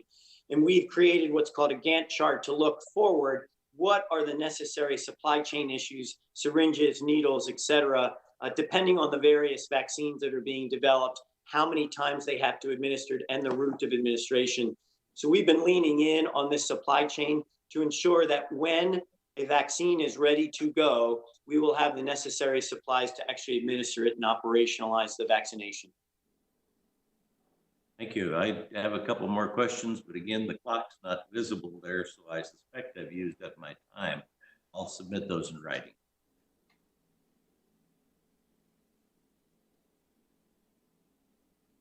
Thank you, Senator Enzi. Senator Sanders. Thank you very much, Mr. Chairman. And let me thank all of the panelists for the hard work they're doing and for being with us today. It is sad to say that we have a president of the United States, the leader of our country, who from day one downplayed the dangers facing this country from the pandemic, who told us that the crisis would be over in a few months, that we did not have to worry, who fired those members of the government who wanted to act aggressively and, among other things, at a time when we need international cooperation, cut funding for the World Health Organization. But let me also say that I think we understand that facts are terribly important. Not everybody, that we don't fully understand all of the ramifications of the COVID-19 epidemic. But let me ask Dr. Fauci a few questions, if I might.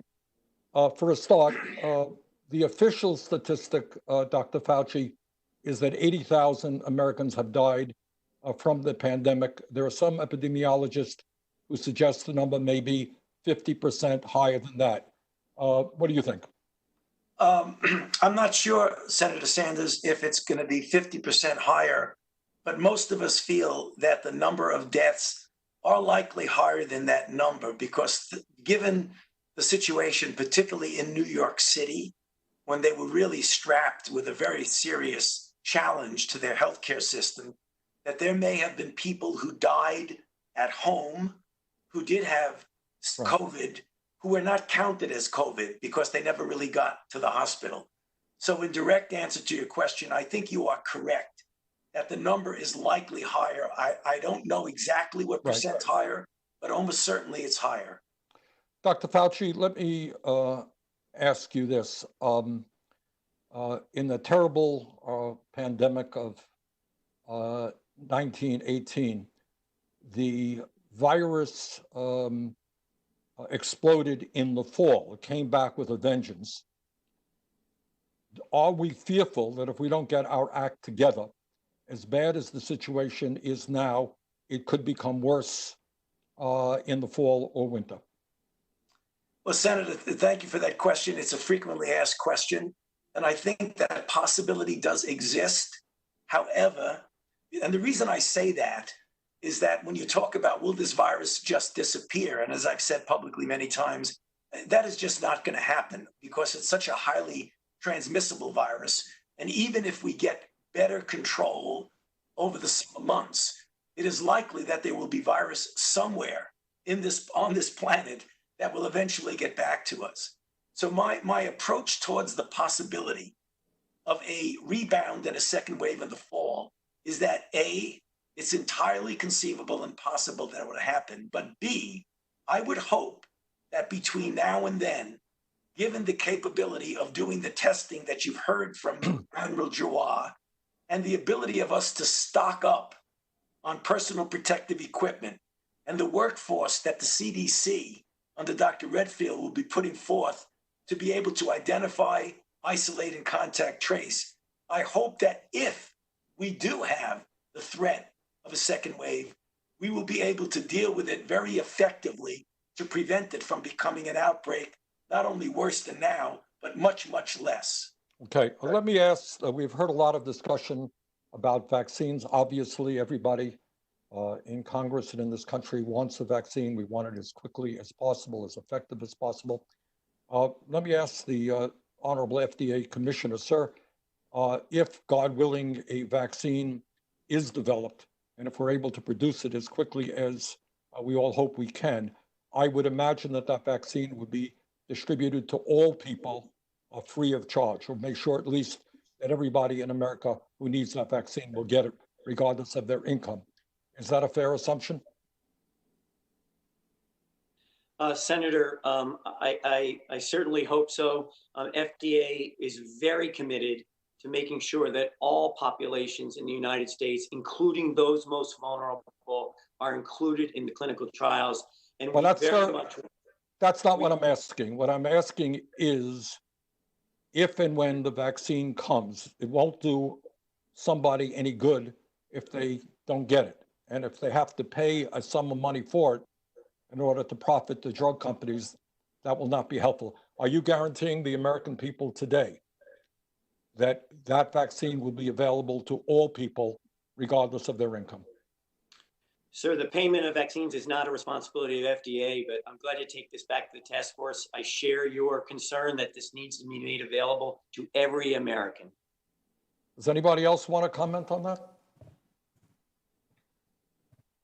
Mr. Joral, do you think we should make that vaccine, when hopefully it is created, available to all regardless of income? Or do you think that poor people and working people should be last in line for the vaccine? I'm sorry, Senator, were you asking me? Yes, I was, sir. Yes, I was.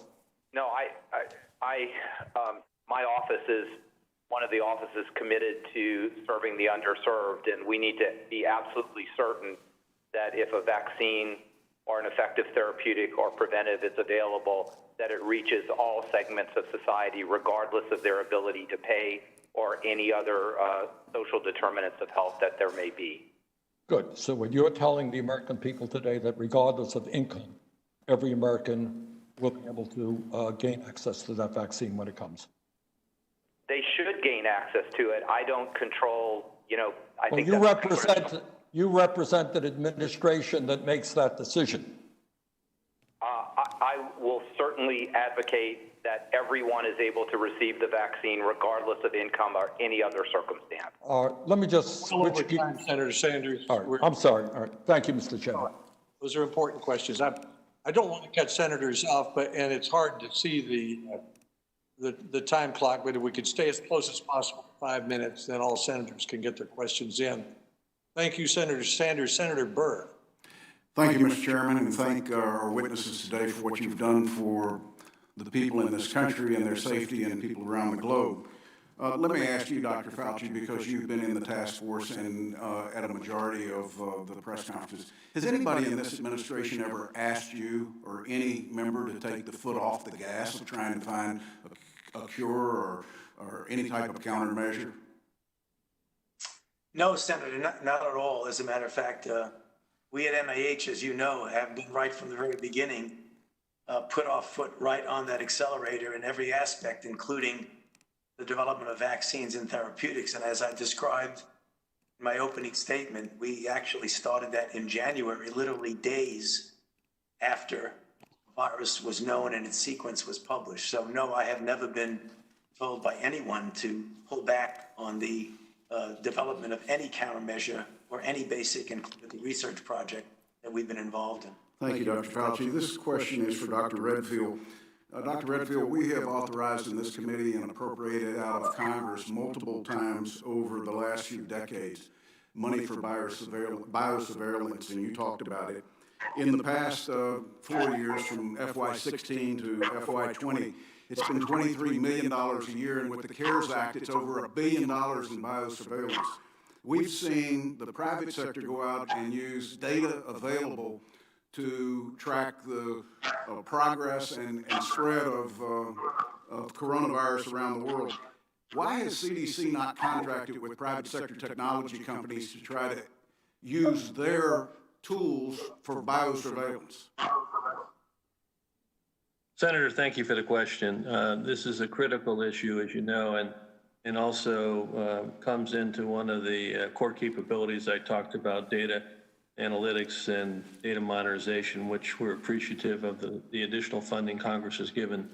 I can tell you that this is under critical review now. We do have contracts with some of the private sector groups now to try to make the type of availability of data that we've seen with Florida available in all of our jurisdictions across the country, and in the process of making that happen. Dr. Redfield, in April of last year, June of last year, we reauthorized the pandemic and all hazards legislation, which authorized at that time 30 new billets, 30 new employees at CDC specifically in surveillance. Now, I asked Dr. Shukit in March how many of those 30 had been filled. She said 0. As of mid-April, 0 of those 30 billets had been filled.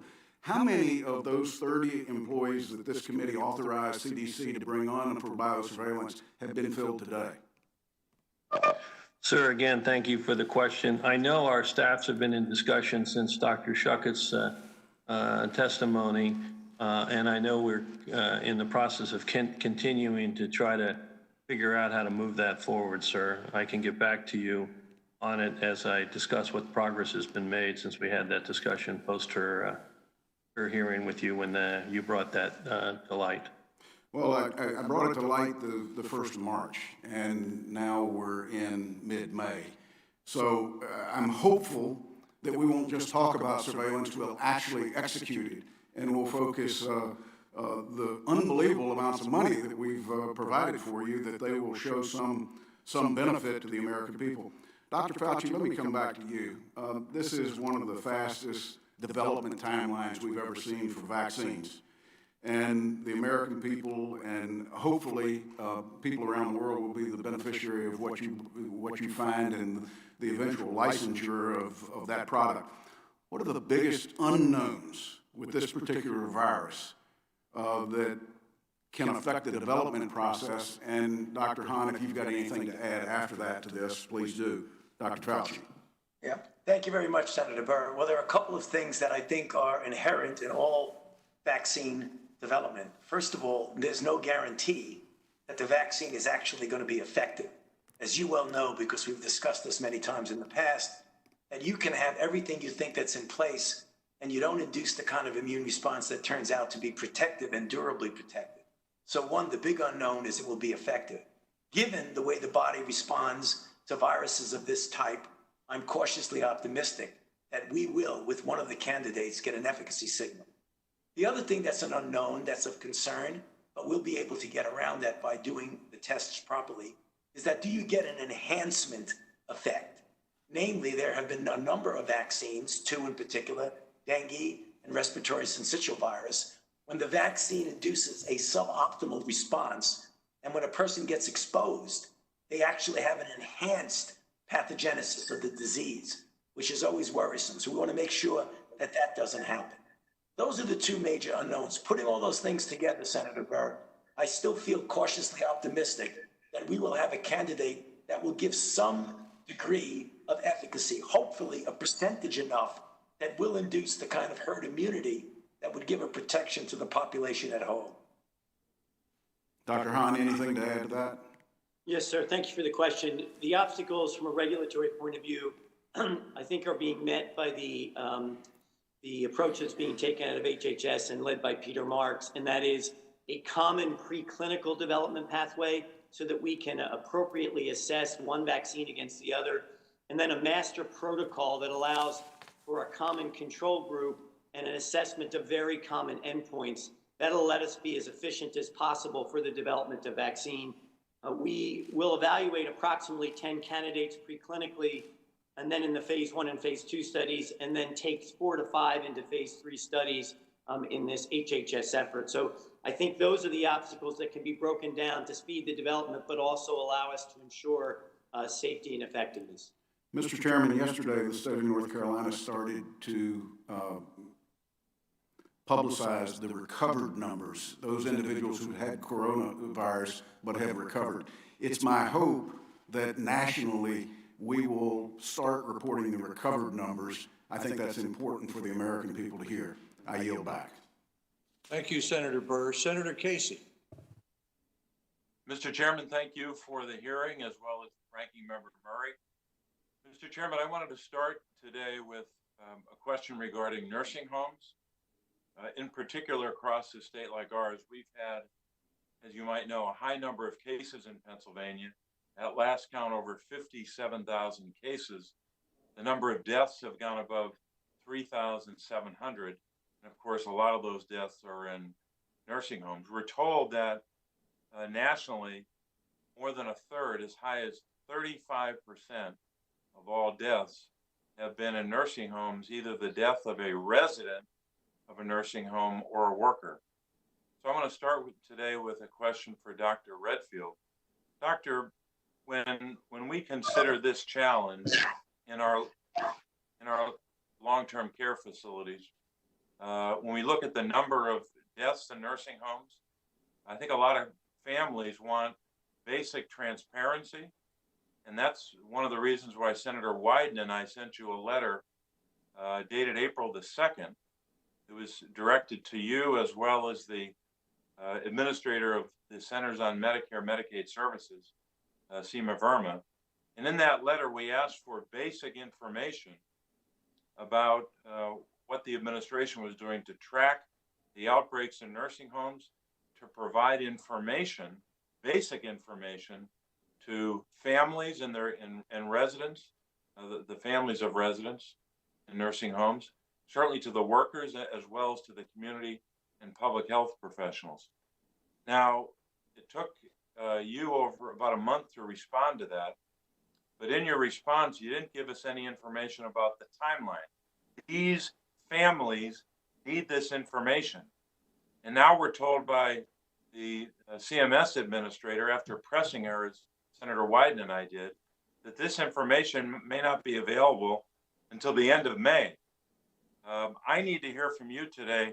Why has there been a delay, a 3-month delay in basic information that families and people within a community need about the outbreaks in nursing homes, the number of cases, what is happening in nursing homes? Tell us when we're going to see that information.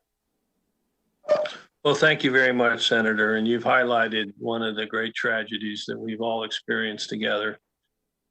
Clearly, the long-term care facilities have been particularly hard hit by this pandemic.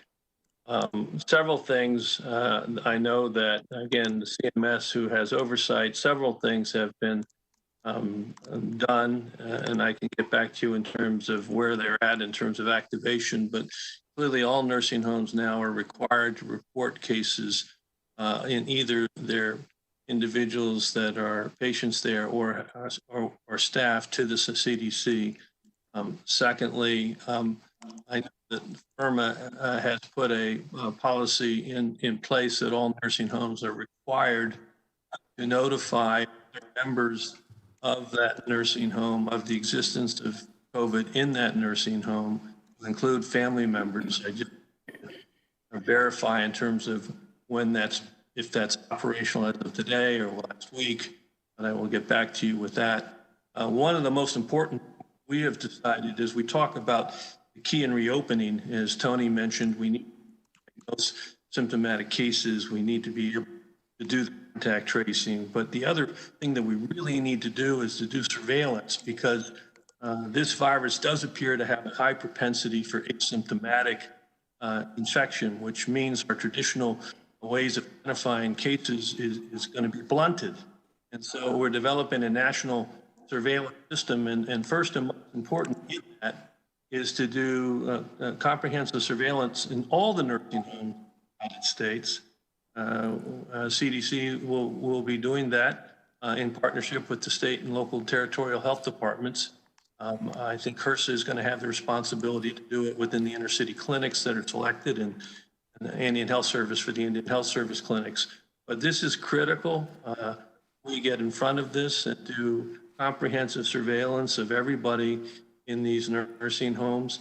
We've also done, aggressive outreach in all of them in enhancing infection control procedures, et cetera. CDC has been out to help these nursing homes with that into the guidance along with the CMS.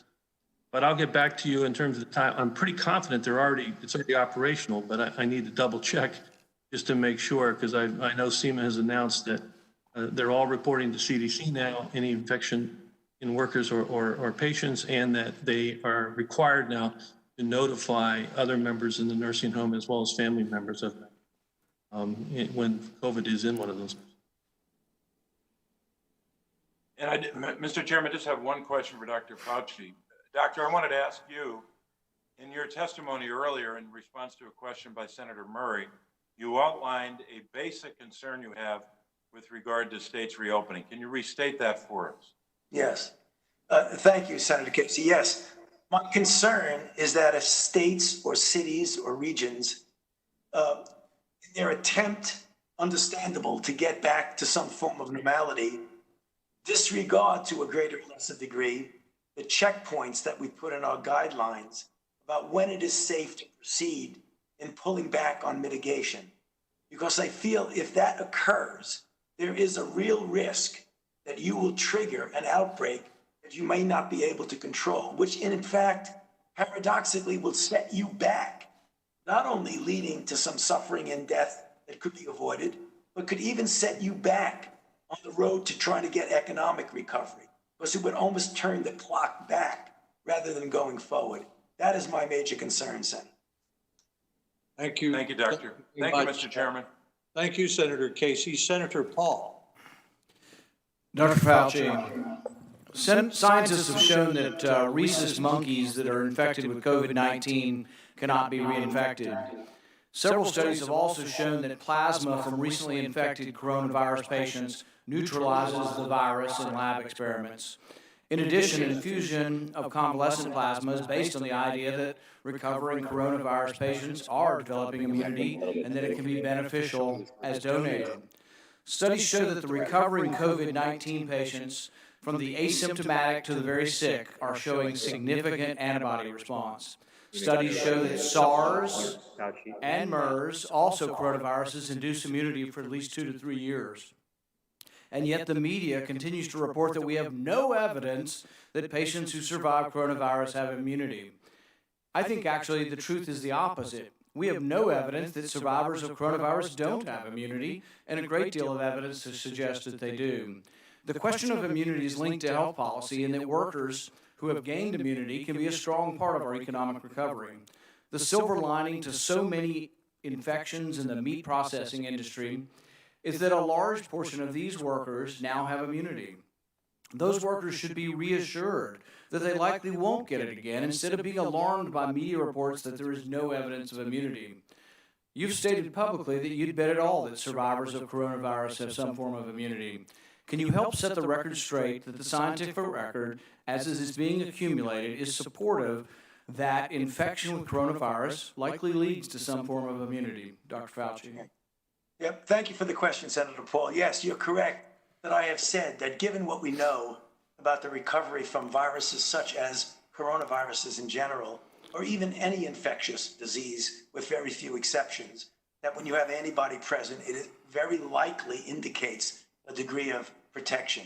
I think it's in the semantics of how this is expressed when you say, has it been formally proven by long-term natural history studies, which is the only way that you can prove, one, is it protective, which I said and would repeat, is likely that it is, but also, what is the degree or titer of antibody that gives you that critical level of protection, and what is the durability? As I've often said, and I again repeat, you can make a reasonable assumption that it would be protective, but natural history studies over a period of months to years will then tell you definitively if that's the case. And I think that's important because, in all likelihood, is a good way of putting it, the vast majority of these people will have immunity. Instead of saying there is no evidence, the WHO kind of fed into this by saying no evidence of immunity. And in reality, there's every evidence stacking up. And in fact, a lot of the different studies have shown that it is very unlikely that you get it again in the short term. With regard to going back to school, one thing that was left out of that discussion is mortality. I mean, shouldn't we at least be discussing what the mortality of children is? This is for Dr. Fauci as well. The mortality between 0 and 18 in the New York data approaches 0. It's not going to be absolutely 0, but it almost approaches 0. Between 18 and 45, the mortality in New York was 10 out of 100,000. So really, we do need to be thinking about that. We need to observe with an open mind what went on in Sweden, where the kids kept going to school. The mortality per capita in Sweden is actually less than France, less than Italy, less than Spain, less than Belgium, less than the Netherlands, about the same as Switzerland. But basically, I don't think there's anybody arguing that what happened in Sweden is an unacceptable result. I think people are intrigued by it, and we should be. I don't think any of us are certain when we do all these modelings. There's been more people wrong with modeling than right. We're opening up a lot of economies around the U.S., and I hope that people who are predicting doom and gloom and saying, oh, we can't do this, there's going to be a surge, will admit that they were wrong if there isn't a surge, because I think that's what's going to happen. In rural states, we never really reached any sort of pandemic levels in Kentucky and other states. We have less deaths in Kentucky than we have in an average flu season. It's not to say this isn't deadly, but really outside of New England, we've had a relatively benign course for this virus nationwide. And I think the one-size-fits-all that we're going to have a national strategy and nobody's going to go to school is kind of ridiculous. We really ought to be doing it school district by school district, and the power needs to be dispersed because people make wrong predictions. And really the history of this, when we look back, will be of wrong prediction after wrong prediction after wrong prediction, starting with Ferguson in England. So I think we ought to have a little bit of humility in our belief that we know what's best for the economy. And as much as I respect you, Dr. Fauci, I don't think you're the end all. I don't think you're the one person that gets to make a decision. We can listen to your advice, but there are people on the other side saying there's not going to be a surge and that we can safely open the economy, and the facts will bear this out. But if we keep kids out of school for another year, what's going to happen is the poor and underprivileged kids who don't have a parent that's able to teach them at home are not going to learn for a full year. And I think we ought to look at the Swedish model, and we ought to look at letting our kids get back to school. I think it's a huge mistake if we don't open the schools in the fall. Thank you. Mr. Chairman, can I respond to that even though there are only 32 seconds left? Yes, and you might make it clear whether or not you suggested that we shouldn't go back to school in the fall. Well, first of all, Senator Paul, thank you for your comments. I have never made myself out to be the end-all and only voice in this. I'm a scientist, a physician, and a public health official. I give advice according to the best scientific evidence. There are a number of other people who come into that and give advice that are more related to the things that you spoke about the need to get the country back open again and economically. I don't give advice about economic things. I don't give advice about anything other than public health. So I wanted to respond to that. The second thing is that you use the word we should be humble about what we don't know. And I think that falls under the fact that we don't know everything about this virus. And we really better be very careful, particularly when it comes to children, because the more and more we learn, we're seeing things about what this virus can do that we didn't see from the studies in China or in Europe. For example, right now, children presenting with COVID-19 who actually have a very strange inflammatory syndrome, very similar to Kawasaki's syndrome. I think we better be careful if we are not cavalier in thinking that children are completely immune to the deleterious effects. So again, you're right in the numbers that children in general do much, much better than adults and the elderly, and particularly those with underlying conditions. But I am very careful and hopefully humble in knowing that I don't know everything about this disease, and that's why I'm very reserved in making broad predictions. Thank you. Thank you, Senator Paul. And Senator Baldwin. Thank you, Mr. Chairman and Ranking Member Murray and our witnesses. I want to try to cover a lot of territory in my 5 minutes, so I'd certainly be appreciative of concise answers. But I want to start with Dr. Redfield. Dr. Redfield, do you think that the current testing protocols at the White House presents a model for other essential workplaces? I'm sorry, Senator, you broke up at the beginning of your question. If you could just say it again, I'm sorry. Yes, Dr. Redfield, do you think that the testing protocols currently in place in the White House present a model for other essential workplaces? Well, I think, thank you for the question. I think one of the important things you bring up is the essential worker guidance that CDC put out. And I think it was originally modeled, obviously, on healthcare workers, where there were significant healthcare shortages in individuals that were exposed. Many workplaces, I'm asking you if you think that the White House protocols for testing are a model for other essential workplaces. I would just say that I think each workplace has to define their own approach to how to operationalize our. We had some considerable comment on the fact that OSHA has not stood up an enforceable mandatory emergency temporary standard for workers in all sorts of work settings. But that aside, would you say that the PPE rules and protocols in effect right now in the White House are a model for other essential workplaces? We would, my own view would go back to the guidelines that CDC has put out about essential workplaces for people, if they are an essential workforce, that they go in public, they maintain 6 feet distancing, and they wear face coverings. Okay. Admiral Giroir, you have testified about how far you've come with regard to testing assessments. I want to ask you if you believe that we already have a national testing strategy today that spans from the nationwide testing needs assessment to the nationwide testing supply assessment, and a strategy to fill that gap, to procure domestically what we need in terms of bridging that gap with testing platforms, swabs, specimen collection media, and reagents, and the PPE needed to conduct those tests. So thank you for that.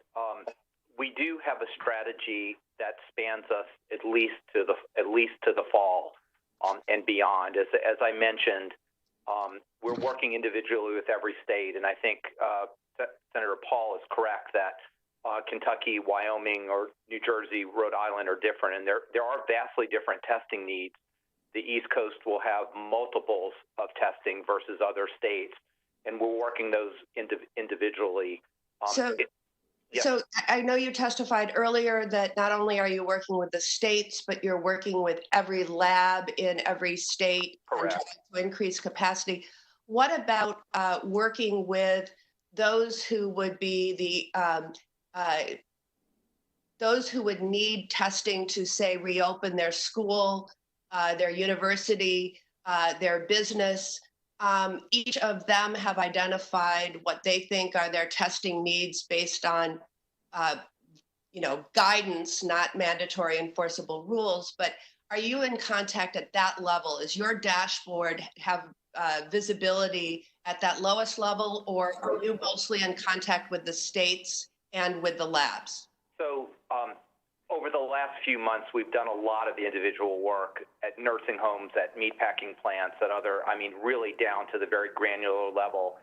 Okay. Where we are right now, however, is we are really working with the state leadership, with the public health lab, the state epidemiologists, the shows, the state health officials, because they really need to understand what their sum is going to be in their state. Okay. And then in the funding, we're asking very specifically in the CDC funding for specific plans for schools, nursing homes, underserved, et cetera. Okay. So I have two more points that I'm going to make. I don't have time for questions. One is about the transparency of that needs assessment. Can the public see it? Can the state see it? Can the HELP committee members see it? Is it publicly available? And secondly, the delivery of this supply is a critical issue. And it seems to me that the logistics for getting this out, whether it's PPE, testing, or medical equipment, is still extremely fragmented, leading to price gouging and many other inefficiencies. We need to stand up the full power of the Defense Production Act.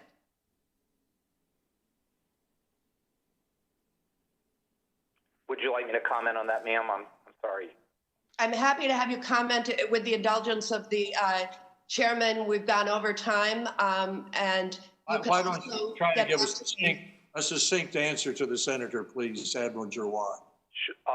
Yes, ma'am, and yes, sir. Particularly for things like swabs and media, there is still a very, I would say, non-mature industry within the country, and that's why we've made the decision to procure that all centrally through December. And then distribute that to the state, because there are just too many small companies, too many variables to control without a really heavy federal hand. That's just an example of where we really moved into that and used the DPA for swabs to help support American industry.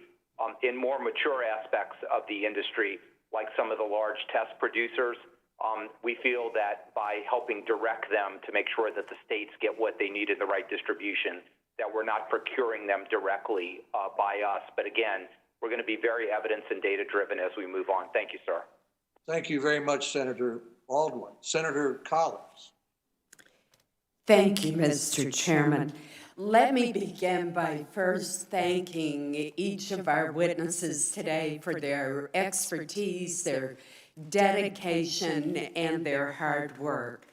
Dr. Redfield, I want to start with you. I am hearing from dentists all over the state of Maine that the fact that they cannot practice in our state, despite following very strict infection control protocols, is causing growing health problems. Dentists tell me that teeth with cavities that could have been filled are now going to need root canals. Teeth that could have been treated with root canals are now going to require extractions. People with oral cancers cannot get the treatment, the cleanings that they need before beginning their treatment. Dental health is clearly so important, and Maine state officials, as well as our dentists, are seeking assistance in reaching the right decisions. 47 other states either have reopened dental practices or have a date set for them to reopen. So my question to you is this.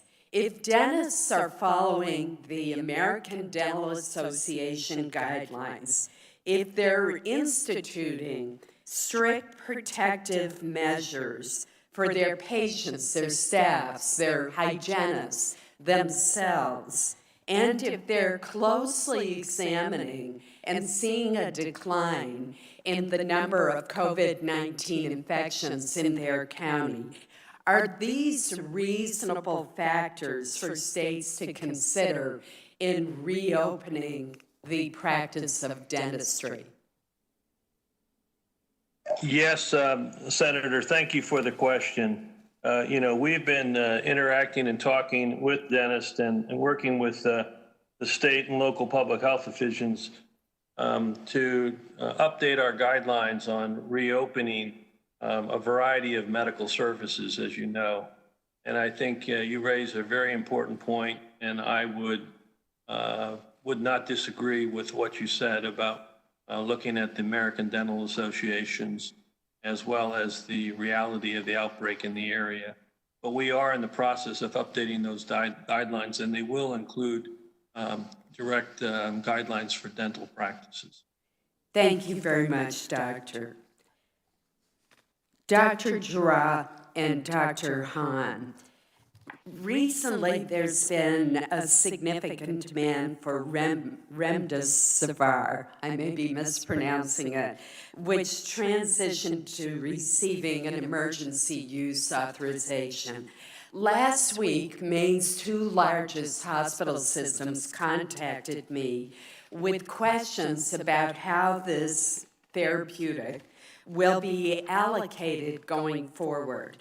HHS finally released a statement on Saturday about allocations going to states, interestingly, not directly to hospitals. But once again, the decision-making behind these allocations is very unclear. HHS and the Assistant Secretary for Preparedness and Response say that each state is expected to receive an allocation, but no timetable has been provided. Beyond those who are being treated with this drug at Maine Medical Center through a clinical trial, I'm concerned that hospitalized patients in Maine will have little or no ability to be treated with this promising therapeutic for the foreseeable future.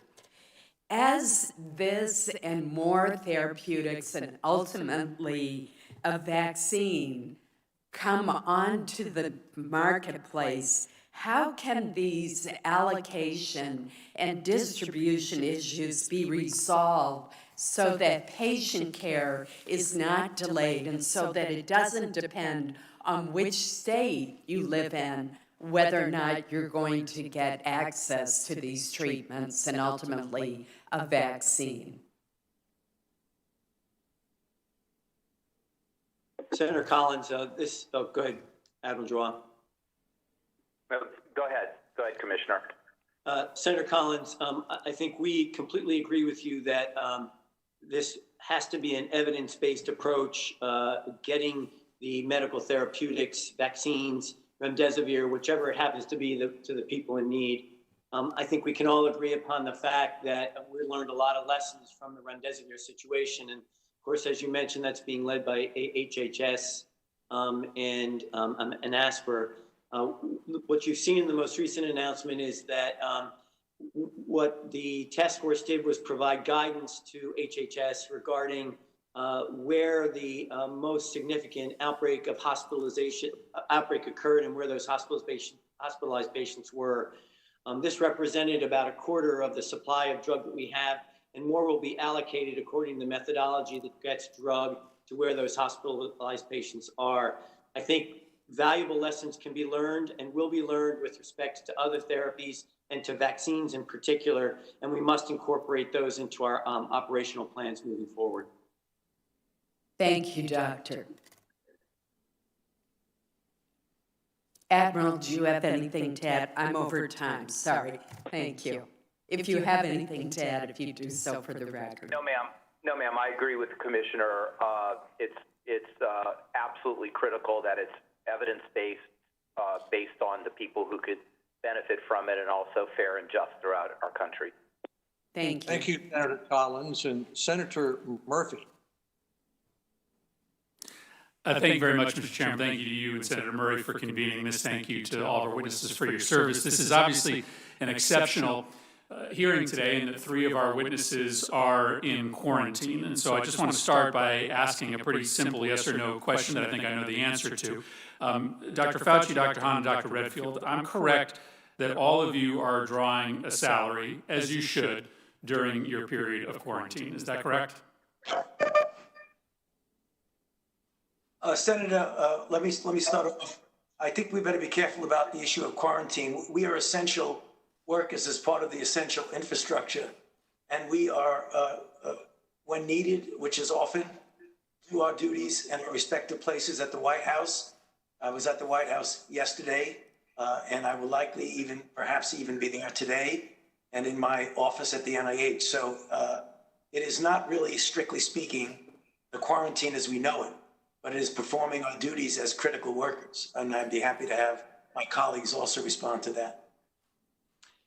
Senator Murphy, this is Steve Hahn. I agree with Dr. Fauci, and yes, I am drawing a salary, and I have continued to work during my quarantine, and as an essential worker, will participate in meetings face-to-face when that attendance is considered critical.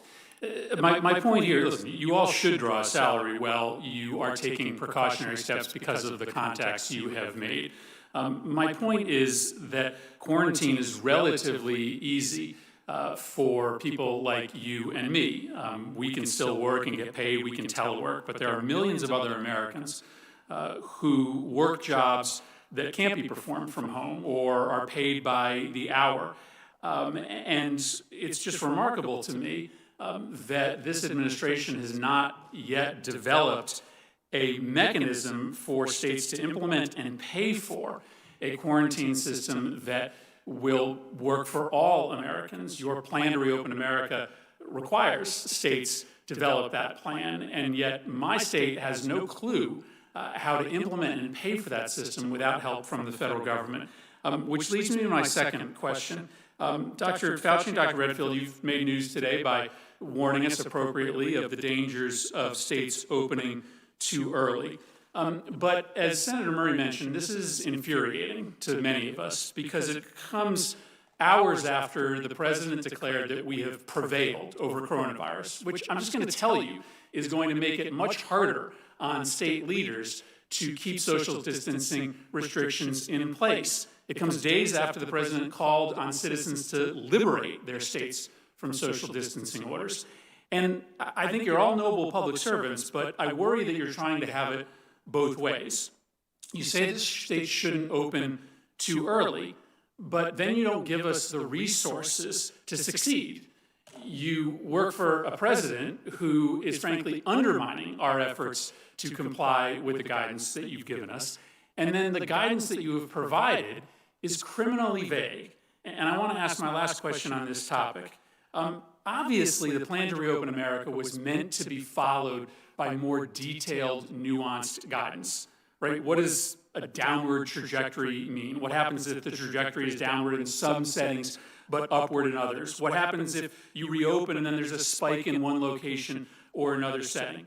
And of course, you knew this because you developed this guidance, this additional guidance that is site-specific, that frankly is helpful. Some of this is on the CDC website, but some of it is not. And we need it. My state needs it. We don't have all of the experts that you have, and so we rely on you.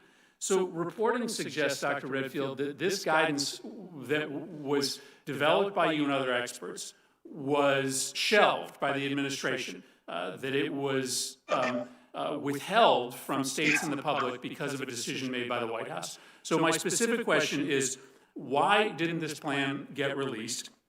And if it is just being reviewed, when is it going to be released? Because states are reopening right now, and we need this additional guidance to make those decisions.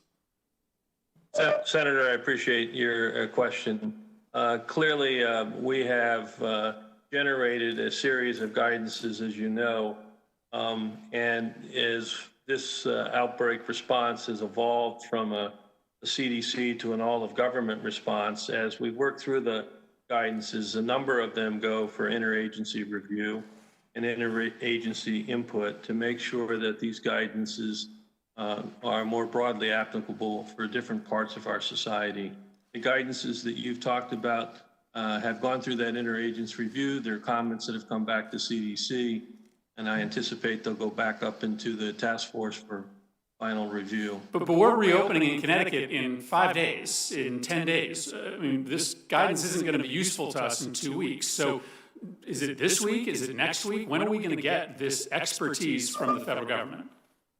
The other thing I will just say is that the CDC stands by to give technical assistance to your state and any state upon any request.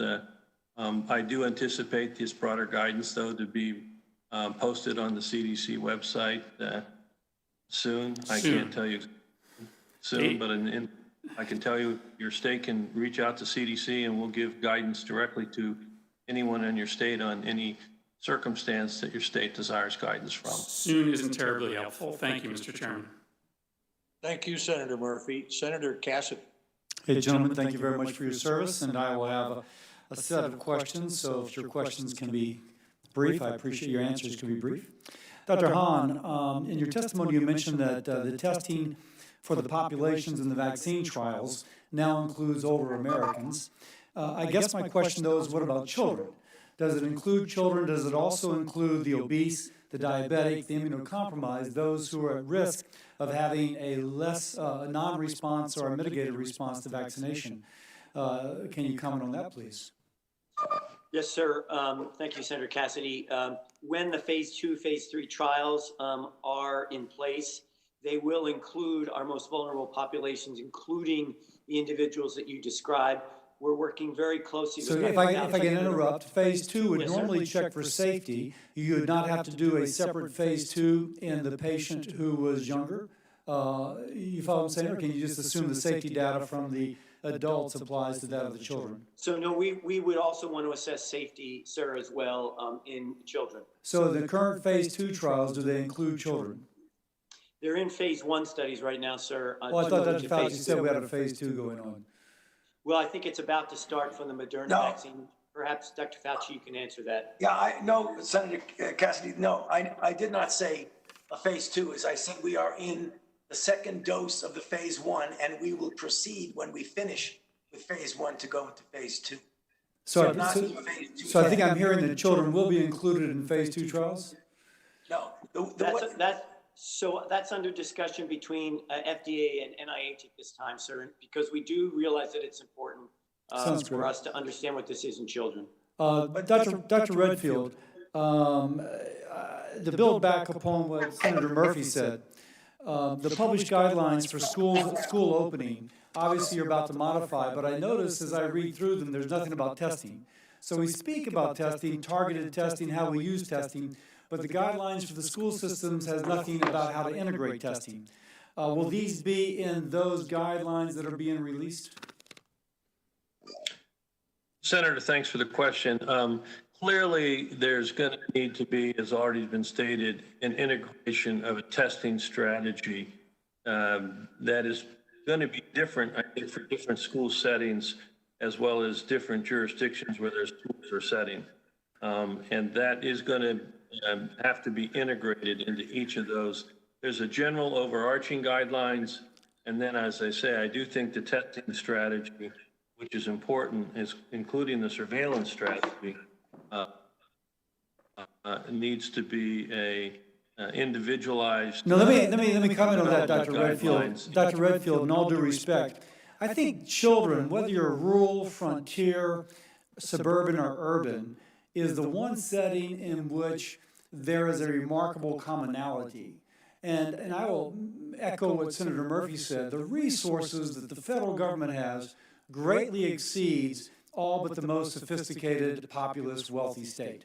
And even then it exceeds it by some extent. So I do think it would be good to have, okay, in a primary school setting, this is best practices, or these are three options, and choose between one of these three.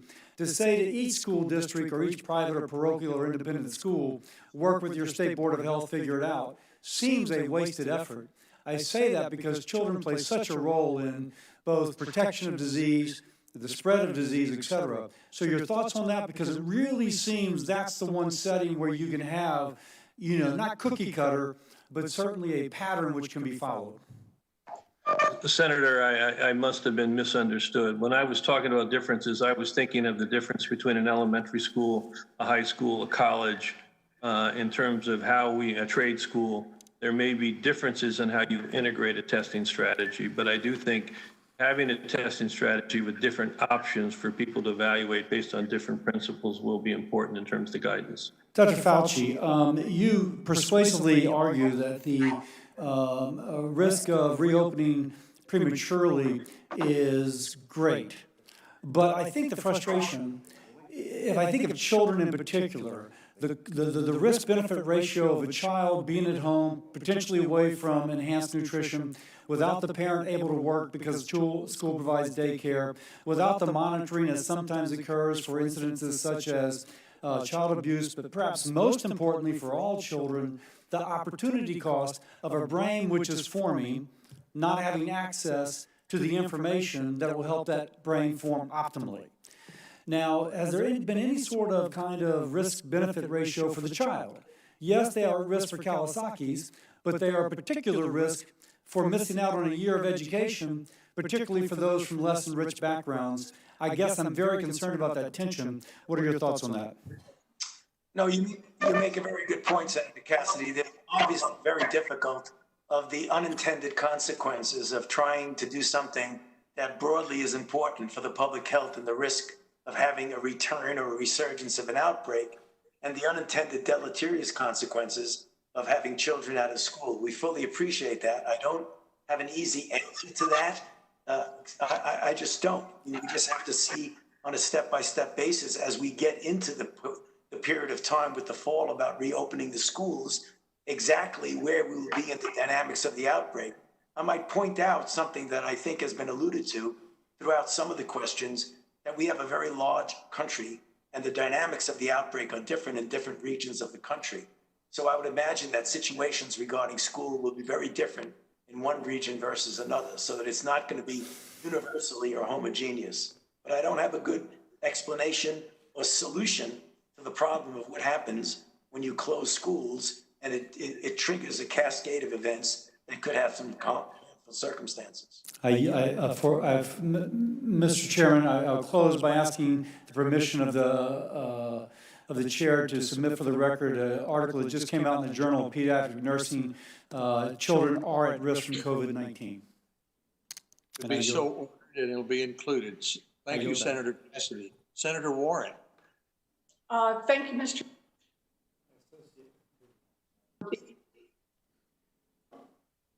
Thank you, Mr. Chairman, and thank you to our witnesses for being here today. Hope everybody's staying safe and healthy. In the past 16 weeks, over 1.3 million Americans have been infected with coronavirus. We now know that about 80,000 people have died and 33 million people are out of work. Dr. Fauci, you have advised 6 presidents. You have battled deadly viruses for your entire career. So I'd just like to hear your honest opinion. Do we have the coronavirus contained? Senator, thank you for the question.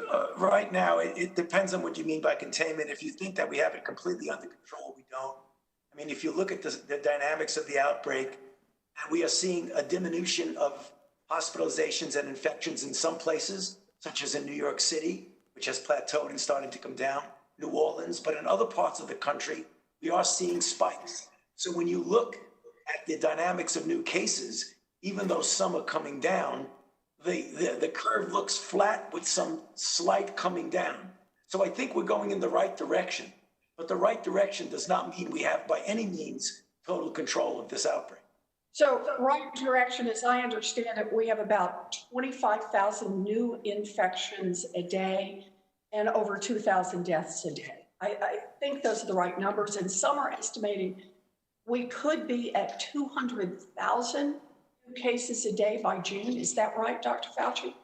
I don't foresee that as 200,000 new cases by June. I am hoping and looking at the dynamics of things starting to flatten off and come down, that we will be much, much better than that, Senator. I mean, I think that's really right now, just so I understand, we are right now at 2,000 new infections a day and 25,000 new infections a day and 2,000 deaths a day. Right.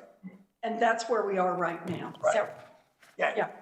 So let me just ask, we know that it is possible to get this virus under better control.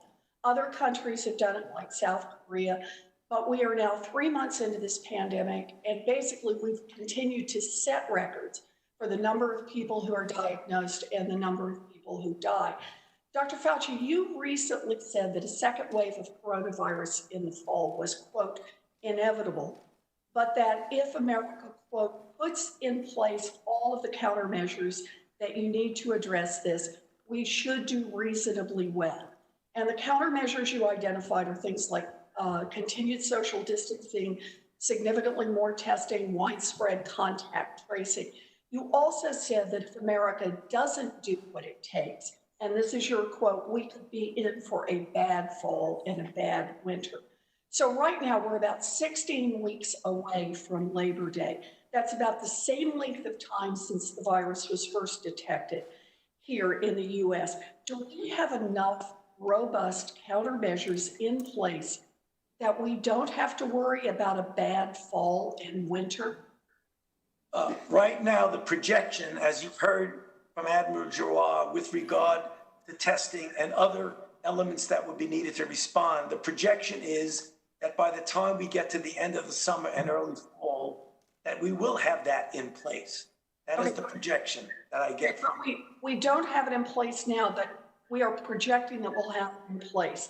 And let me just ask the other side of this. If we don't do better on testing, on contact tracing, and on social distancing, will deaths from coronavirus necessarily increase? Of course, if you do not do an adequate response, we will have the deleterious consequence of more infections and more deaths. And that's the reason why you quoted me, Senator, quite correctly in everything you said, and I will stand by that. If we do not respond in an adequate way when the fall comes, given that it is without a doubt that there will be infections that will be in the community, then we run the risk of having a resurgence. I would hope by that point in time, in the fall, that we have more than enough to respond adequately. But if we don't, there will be problems. I appreciate your hope, and I wish we could tell the American people that the federal government has this pandemic under control, but we can't. In fact, you have said that the virus is not under control in the US. We haven't yet taken the measures necessary to prevent a second wave of death. And we all know that the people who are going to be most affected are going to be seniors, essential workers, the people who are out on the front lines. The president needs to stop pretending that if he just ignores bad news, it will go away. It won't. The time for magical thinking is over here. President Trump must acknowledge that the federal response has been insufficient and that more people are dying as a result. We are running out of time to save lives, and we need to act now. So thank you, Dr. Fauci, for all you're doing. I appreciate it, but the urgency of the moment could not be clearer. Thank you. Thank you, Senator Warren. Senator Roberts. Thank you very much, Mr. Chairman, and thanks to all the witnesses. You all are like the Fab Four, I guess it was a Fab Five back in the day, but we're shining the light of truth in the darkness with individual flashlights for sure. Thank you, Mr. Chairman, for emphasizing that we have to be bipartisan in this approach. We're not going to get anywhere. And that obviously is in the eyes of the beholder. I'm happy to say that we have a very good relationship with Governor Kelly, who happens to be a Democrat, obviously, a Republican. And her emergency management team is spot on. Dr. Lee Norman's doing an outstanding job, as the rest of this morning I talked to Lee. The situation in Kansas is not very good. I'm reading here, Kansas receives 7,000 new COVID tests for counties with food processing facilities. You see this mural behind me, that's a stagecoach coming into Dodge as opposed to getting out of Dodge. Dodge City is my hometown. And we are the hotspot in regards to Kansas, mainly because of 2 packing plants. We have 5, that's 26% of the cattle market. At any rate, Kansas is going through a tough time. We shouldn't be worrying about the safety of the food, but the food supply chain, I think, nationwide is under a great deal of stress. We see that in dairy, we see that in poultry, we see that in pork. They're euthanizing pigs and obviously the livestock industry. Sonny Perdue with the Department of Agriculture has stepped up, so has the president, declaring that these packing plants are a national asset. We progress. Dodge City, when we first started out, had 5 tests, 5. That's between 4 and 6, 5. It's not 50 million as we hope to receive, that has been said by one of the witnesses. The reason I'm really harping on all of the problems we're having in agriculture, on top of the fact that the relationship with China is such that even that first breakthrough with regards to trade to China seems to be on hold now. And that's another price depressant. And this is going on 5 or 6 years where our prices have been below the cost of production. In result, our consumers are really figuring out that food doesn't come from grocery stores.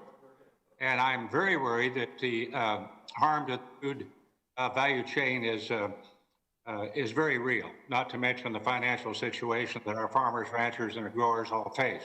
Now, having said all that, I want to ask Admiral Giroir, you've spoken about the importance of having diversity in kinds of tests that are available. Of the 5 packing plants we have in Kansas, if we could get a rapid test and we could get it as we hopefully ask for because of the hot spots that are developing not only in Kansas but also doing great harm to the food value chain, that would be absolutely wonderful. Would you speak to that, sir? Yes, thank you, Senator. Both Dr. Redfield and I have been very actively involved in getting strategies for the industry, particularly in Kansas. We are supplying very heavily the public health labs with rapid diagnostics, as well as surging them to areas like that. The one trade-off, however, is that the quote rapid point of care diagnostics are very slow. So each machine can only do 4 per hour, and that's very, very slow. So it's a mix of testing that you need at these kinds of situations. Sort of the high throughput tests that are available at a major lab, a Quest lab right there in Kansas, as well as a mix of the rapid testing, and that's what we're supplying in order to provide a comprehensive, holistic solution. And I believe CDC is on the ground as well in Kansas supporting that. I appreciate that. If you're only doing 4 an hour, that's not a rapid test. Maybe it's a rapid slow test. I'm not quite sure how you define that. But I, for one, think that as we reopen, and by the way, Governor Kelly started the opening process the first of this month, and there's May 18, and then we go to June, and then the hope is we can open up. But we do have contingency plans that if that doesn't work, as aptly described by Dr. Fauci, I think we'll be all right. But this is going to be a tough go. I have to tell you that in terms of agriculture, we're not in good shape. I appreciate everybody and the job that you are doing. We'll stand beside you when you're taking the booze and behind you when you're taking the bows. Thank you, Senator Roberts. Senator Kane. Thank you, Mr. Chair, to the committee leadership and witnesses for calling this important hearing. The last time Dr. Fauci and Hahn were before us was March 3. I have a slide that I want to put up that shows what's happened in America since then. The chart, which is here, compares the experience of the United States and South Korea on 3 days. On January 21, both nations experienced their first case of COVID-19. At that time, the unemployment rates in both countries were essentially identical. On March 3, when the witnesses were last here, South Korea had experienced 28 COVID-19 deaths and the U.S. had experienced 9. Again, the economies of both nations, as measured by the unemployment rates, were nearly identical. But now the story changes. As of yesterday, more than 81,000 Americans have died, and the U.S. economy has experienced job losses not seen since the Great Depression. Meanwhile, the economy of South Korea has not changed dramatically at all, and the death toll is now at 256. South Korea is smaller than the United States, 1/6 of our population, but even if you bulk up the death toll to reflect the difference, the per capita death toll in the U.S. is more than 45 times the rate in South Korea. And the healthcare carnage here is causing a near depression while South Korea has protected its economy by managing correctly. I could have done this chart with other nations. The U.S. has the 7th highest per capita death rate in the world. Our death rate is off the charts higher than that in India, Australia, New Zealand, Japan, and Mexico. It's nearly 3 times the death rate in Germany, twice as high as Canada's rate. The question is why? If we want to open up our economy and schools, we have to learn the lessons of nations that have managed this well. Here are some things that don't explain the difference. Our hospitals are as good or better than those in South Korea. Our healthcare providers, heroes, are as good or better than those in South Korea. Our research capacity is as good or better than that in South Korea. And we have more resources than South Korea. Our GDP is 12 times South Korea's, and our per capita income is 50% higher. Hey, everybody, I'm back just saying hello. We have finished production for today's episode of The David Pakman Show, so the podcast is well underway. The YouTube clips are well underway. This hearing is still going on, and I did catch some of Rand Paul. I caught a little bit of Bernie Sanders, and a lot of very interesting stuff going on.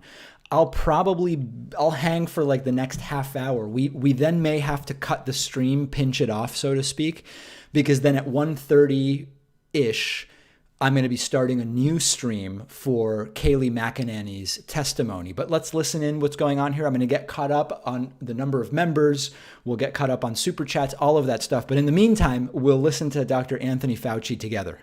Of course, you always have to do better. I mean, as a And the experience of South Korea shows that how a nation manages the healthcare crisis has a huge impact also on its economic condition. Isn't that the case? That is the case, sir. I understand where you're going with this, but I have to tell you there is a big difference between South Korea and the United States and the nature of the outbreak. And let me get to that. I want to get to factors that do explain the difference, since we know it's not resources or our health providers. First is testing. South Korea began aggressive testing much earlier. By the way, the double audio I don't like, but this is a great line of questioning. Surpassed South Korea in per capita testing, but in the critical month of March, South Korea was testing its population at a rate of 40 times the testing in the U.S.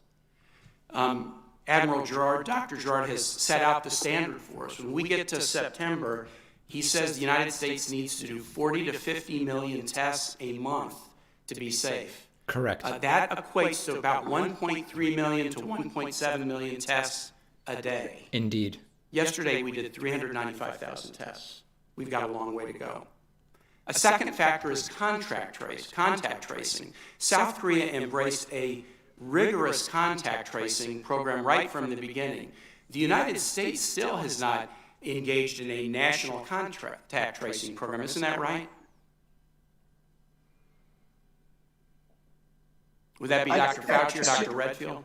Sir, I think that question would best be directed to the CDC and not the NIH. When the outbreak started, sir, we had an aggressive contact tracing program, but unfortunately, as the cases rose, it went beyond the capacity when we went to mitigation. So we lost the containment edge. Clearly, and that was key to the economy as well, because South Korea did testing, contact tracing protect, serve, isolate the sick, and then they didn't have to do the shutdowns, which helped their economy. Social distancing is a third factor. We've talked about it, but finally, the last one, healthcare systems. Would you agree with me that it helps keep people safer either from serious conditions or death from COVID-19 if they have access to healthcare? Yes, of course. Of course that's the case. In South Korea, 97% of the population have health insurance. In the United States before COVID-19, millions didn't have it and lacked access to health care. The massive job losses in the last months threatened to take health insurance away from millions more, and President Trump is doing all he can to dismantle the Affordable Care Act, which would take health insurance away from tens of millions more. Let's learn the lessons from those who are doing this right. Thank you, Mr. Chair. I yield back. Can I make a clarification, please, Mr. Chairman? This is Brett Giroir. I just wanted to clarify that I did project that we will have the ability to perform 40 to 50 million tests per month in that time frame. But I said if needed at that time. I am not making a proclamation. We have to really understand where the epidemic is, what the community spread is before we can estimate the number of tests that are needed. We're not going to be doing that number of tests. It's just not going to happen. And they'll claim we don't need to be. They're already claiming we have enough tests, remember. Barring new input from the... If they think 400K a day is enough, why would they scale up to 1.2 million a day? They never will. Thank you, Mr. Chairman, and gentlemen, thank you for being here this morning virtually, but also for all you have been doing for these many, many months. Alaska's doing okay right now from a numbers perspective, and quite honestly, we want to keep it that way because we know we have exceptionally vulnerable populations. We know we have a geography that is challenging. We know that we have facilities that are very limited. Last hearing, we had an opportunity to hear from Dr. Collins, and he shared where they are with the RADx and also spoke to RADx Up, which was very interesting about what we can be doing in rural areas, but focusing on hotspots.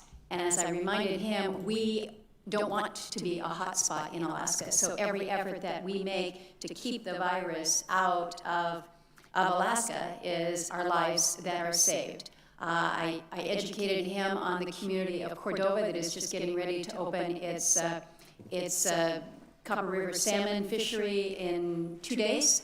And was able to share that they had one worker tested positive as he was coming in from the lower 48 to come to work. The good news on that is that all the protocols that we had put in place seem to be working.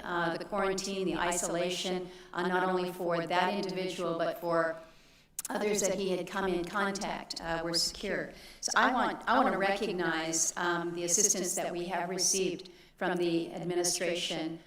Dr. Eastman is in the state at this moment, the chief medical officer for the Department of Homeland Security, going out to rural communities to really better understand our vulnerabilities, go to some of our fishing communities to again understand how we can successfully prosecute a fisheries when you have to bring workers in from the outside.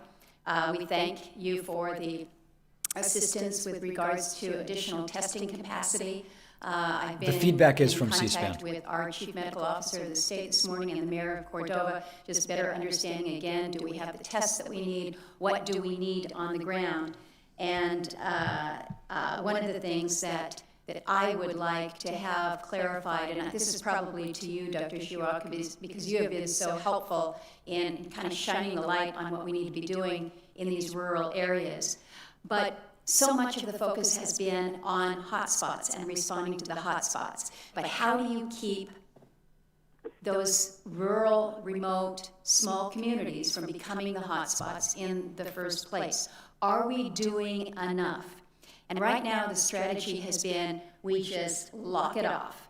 The travel restrictions that are in place are apparently working, but they're also devastating our economy, whether it's tourism, whether it's our resource industries, or whether it's the potential for our fisheries. So, Admiral, if you might speak to that aspect of it, and then I have a very important question as it relates to contact tracing that I'd like to direct to either Admiral Giroir or Dr. Redfield. So thank you, Senator. And as you know, you have an outstanding state health officer in Dr. Ann Zink. And we do. I've had the privilege of working with her. And you have a very good protocol in trying to keep Alaska safe by isolation over a period of time when you come in.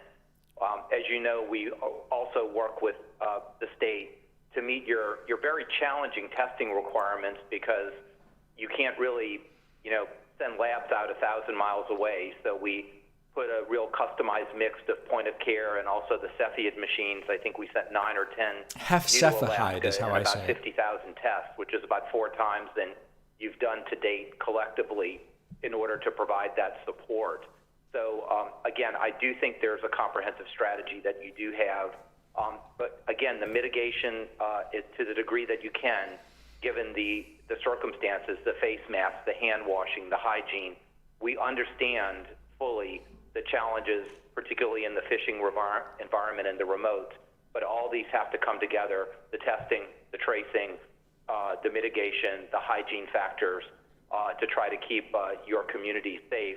And we really understand culturally that many of your communities were almost annihilated in the 1918 influenza pandemic.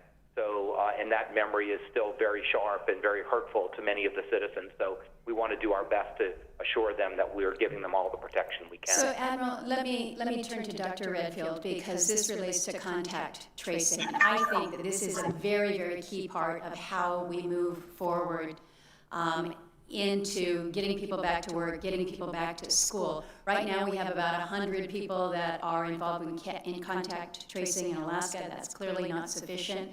No. There's been talk about a national strategy, but I think we recognize that we have teams in place, whether it's AmeriCorps or whether it's Peace Corps. Imagine if on day one, Trump put in place a federal contact tracing strategy instead of leaving states to figure it out a month, 6 weeks later, like they're having to do. What happens after that?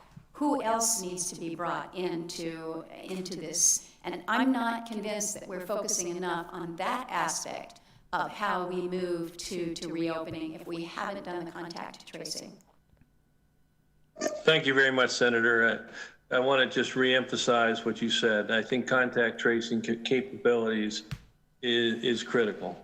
It's going to be the difference from succeeding in containing this outbreak from once again causing wide-scale community transmission or not. We're positioned, as you know, to redeploy the number of CDC, over 500 CDC individuals. We have another over about 650 that we're trying to put in through our foundation. But most importantly, we're trying to work with your health department with the resources that we've been able to give because of the Congress supplementals. Also, as you mentioned, with these other agencies, with LabCorp, with AmeriCorps, with the Census Bureau, to work together and have the state develop their tracing capacity. Some states have reallocated state work. Some states have reallocated National Guard while they begin to do this. But I agree with you, and I said it's going to be a significant effort to build the contact tracing capacity that we need in this nation. It will be state by state, but it's going to need to be augmented, probably in your state, from what you just said, at least 5 to 10-fold. And we're there to work with the states to help them get that accomplished. That needs to get in place before September. I fear we need to move on to the next question. Thank you. Thank you, Senator Murkowski. I don't want to cut any senator off, but we have 8 more senators who have 5-minute rounds, and it's 12:30. So I'd like to request that the senators and the witnesses succinct questions and try to stay within 5 minutes. Wow. Appreciated. Senator Hassan. Well, thank you, Mr. Chair. Thank you and the ranking member for having this hearing, and thank you to our witnesses today. And please pass our thanks along to all of the hardworking women and men in your agencies who I know have been working virtually around the clock to try to improve our response and keep Americans safe. And Mr. Chair, I hope you and all the witnesses are healthy and safe today, as is everybody on your team. I wanted to start by echoing the comments my colleagues have made about needing leadership from the CDC and our public health experts on how we are going to use facts and evidence as guidance so that... Hey guys, let me jump in. I'm seeing a discussion happening both in YouTube and on Twitch about what do I mean federal contact tracing? There's local protocols for contact tracing and county protocol. Okay, yes, there were protocols. There's no staff and none of those systems were properly working together. So look at what they did in South Korea. Okay, I'm sure South Korea had some localized contact tracing protocols just like we do, but it was coordinated federally and the number of people doing the contact tracing was dramatically scaled up and very, very quickly. And that's what should have been done here across state lines. Instead, none of that happened. And you have Massachusetts, hiring contact tracers at $25 an hour. And then she's talking about, we've got 100 people in Alaska and it's all happening 2 months late. So let's not pretend like we have the same thing South Korea did. Clearly the numbers show that we don't. For a minute. In New Hampshire and across the country, a huge number of the deaths from COVID-19 that we are seeing have been in nursing homes. We all know people who have lost a friend or a family member in nursing homes, and the grief compounded by the fact that people couldn't be at their loved one's bedside if they died. Yesterday, Dr. Birx said that all 1 million nursing home residents should be tested within the next 2 weeks, as well as all nursing home staff. Dr. Fauci, as a short-term goal, that makes sense to me. But after that, what will the ongoing federal recommendations look like?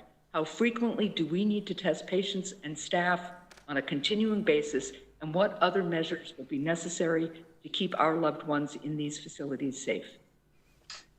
Thank you for the question, Senator Hassan. The general plan, as you mentioned, that was recommended by Dr. Birx is a sound plan, as you said, in the immediate. Question is, in the long range, we will have to have infection control capabilities in nursing homes that are really pristine and really unassailable. We'd have to do the kinds of surveillances and have to have the capability of, when you identify someone, you get them out of that particular environment so that they don't spread the infection throughout. So general testing for all, I think, is a good start. But when you look where you're going to go in the future, there has to be a considerable degree of surveillance capability. Thank you, Doctor. The White House is now requiring all staff to wear masks and anyone in regular contact with the president to be tested daily. Do you think nursing homes should implement those same measures to help make sure that our seniors can get the same level of protection? I think there should be a system in place for the optimal protection of people in nursing homes. And that would be not necessarily testing every person every day. That's one approach that might not be practical when you think of all the nursing homes in the country. But very strict regulations and guidelines about who is allowed to go into the nursing home. And the staff, I believe, needs to be monitored very carefully with intermittent testing to make sure that we don't have introduction into the nursing home of infected individuals. I'm not sure you can practically do it, testing every day. That I don't think would be feasible, but something that is much more aggressive than has been done in the past, I believe should be done. Well, thank you. I have one last question for Dr. Fauci and Dr. Redfield. I would also just say that if we are able to get masks to everybody in the White House, I hope we can get masks to every nursing home employee who needs it. Dr. Fauci and Dr. Redfield, the U.S. needs to be preparing now to ensure that we have capacity to manufacture and administer vaccines, something you've both touched on, both for an eventual COVID-19 vaccine, as well as other illnesses such as the flu. The failure to ramp up production of testing and personal protective equipment early on during this crisis made things worse here, and those mistakes can't be repeated when it comes to vaccine production and distribution. We are already seeing reports that some children are not receiving routine immunizations as it becomes more difficult to access in-person care. Dr. Fauci, what steps do we take now to ensure that we have sufficient manufacturing and distribution capacity for a COVID-19 vaccine without putting at risk our capacity to manufacture and distribute other important products such as the flu or measles vaccine And my follow-up question to Dr. Redfield would be what efforts are underway at CDC to ensure that all routine vaccines are accessible during the COVID-19 public health emergency? Yeah, thank you for that question, Senator Hassan. I'll answer it as quickly as possible.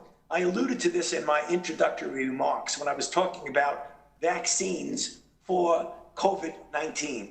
And what we said that as we do the testing on these vaccines, we are going to make production at risk, which means we will start putting hundreds of millions of dollars of federal government money into the development and production of vaccine doses before we even know it works. So that when we do, and I hope we will, and I have cautious optimism that we will, ultimately get an effective and safe vaccine, that we will have doses available to everyone who needs it in the United States, and even contribute to what is the needs globally, because we are partnering with a number of other countries. The other part of your question about making sure that when we get into a situation like the so-called shutdown that we might be in now, that we make sure that children get the vaccinations that they need, because that would be an unintended consequence of shutting down as we are right now. It's a very good point, and we want to make sure we don't fall behind on that also. Thank you. Thank you very much, and I'll take my answer from Dr. Redfield offline. Thank you so much for allowing me to go. Thank you, Senator Hassan. Senator Scott. Thank you, Mr. Chairman, and to the panel. Thank you all for being here virtually. Without any question, we find ourselves. All right, guys, we are going to have to end our coverage of this hearing there, as I actually have to get set up for the next stream, which will start in about an hour. We'll be covering today's propaganda press briefing from Kayleigh McEnany. So thanks for joining me on this stream. I'll see everybody in about an hour.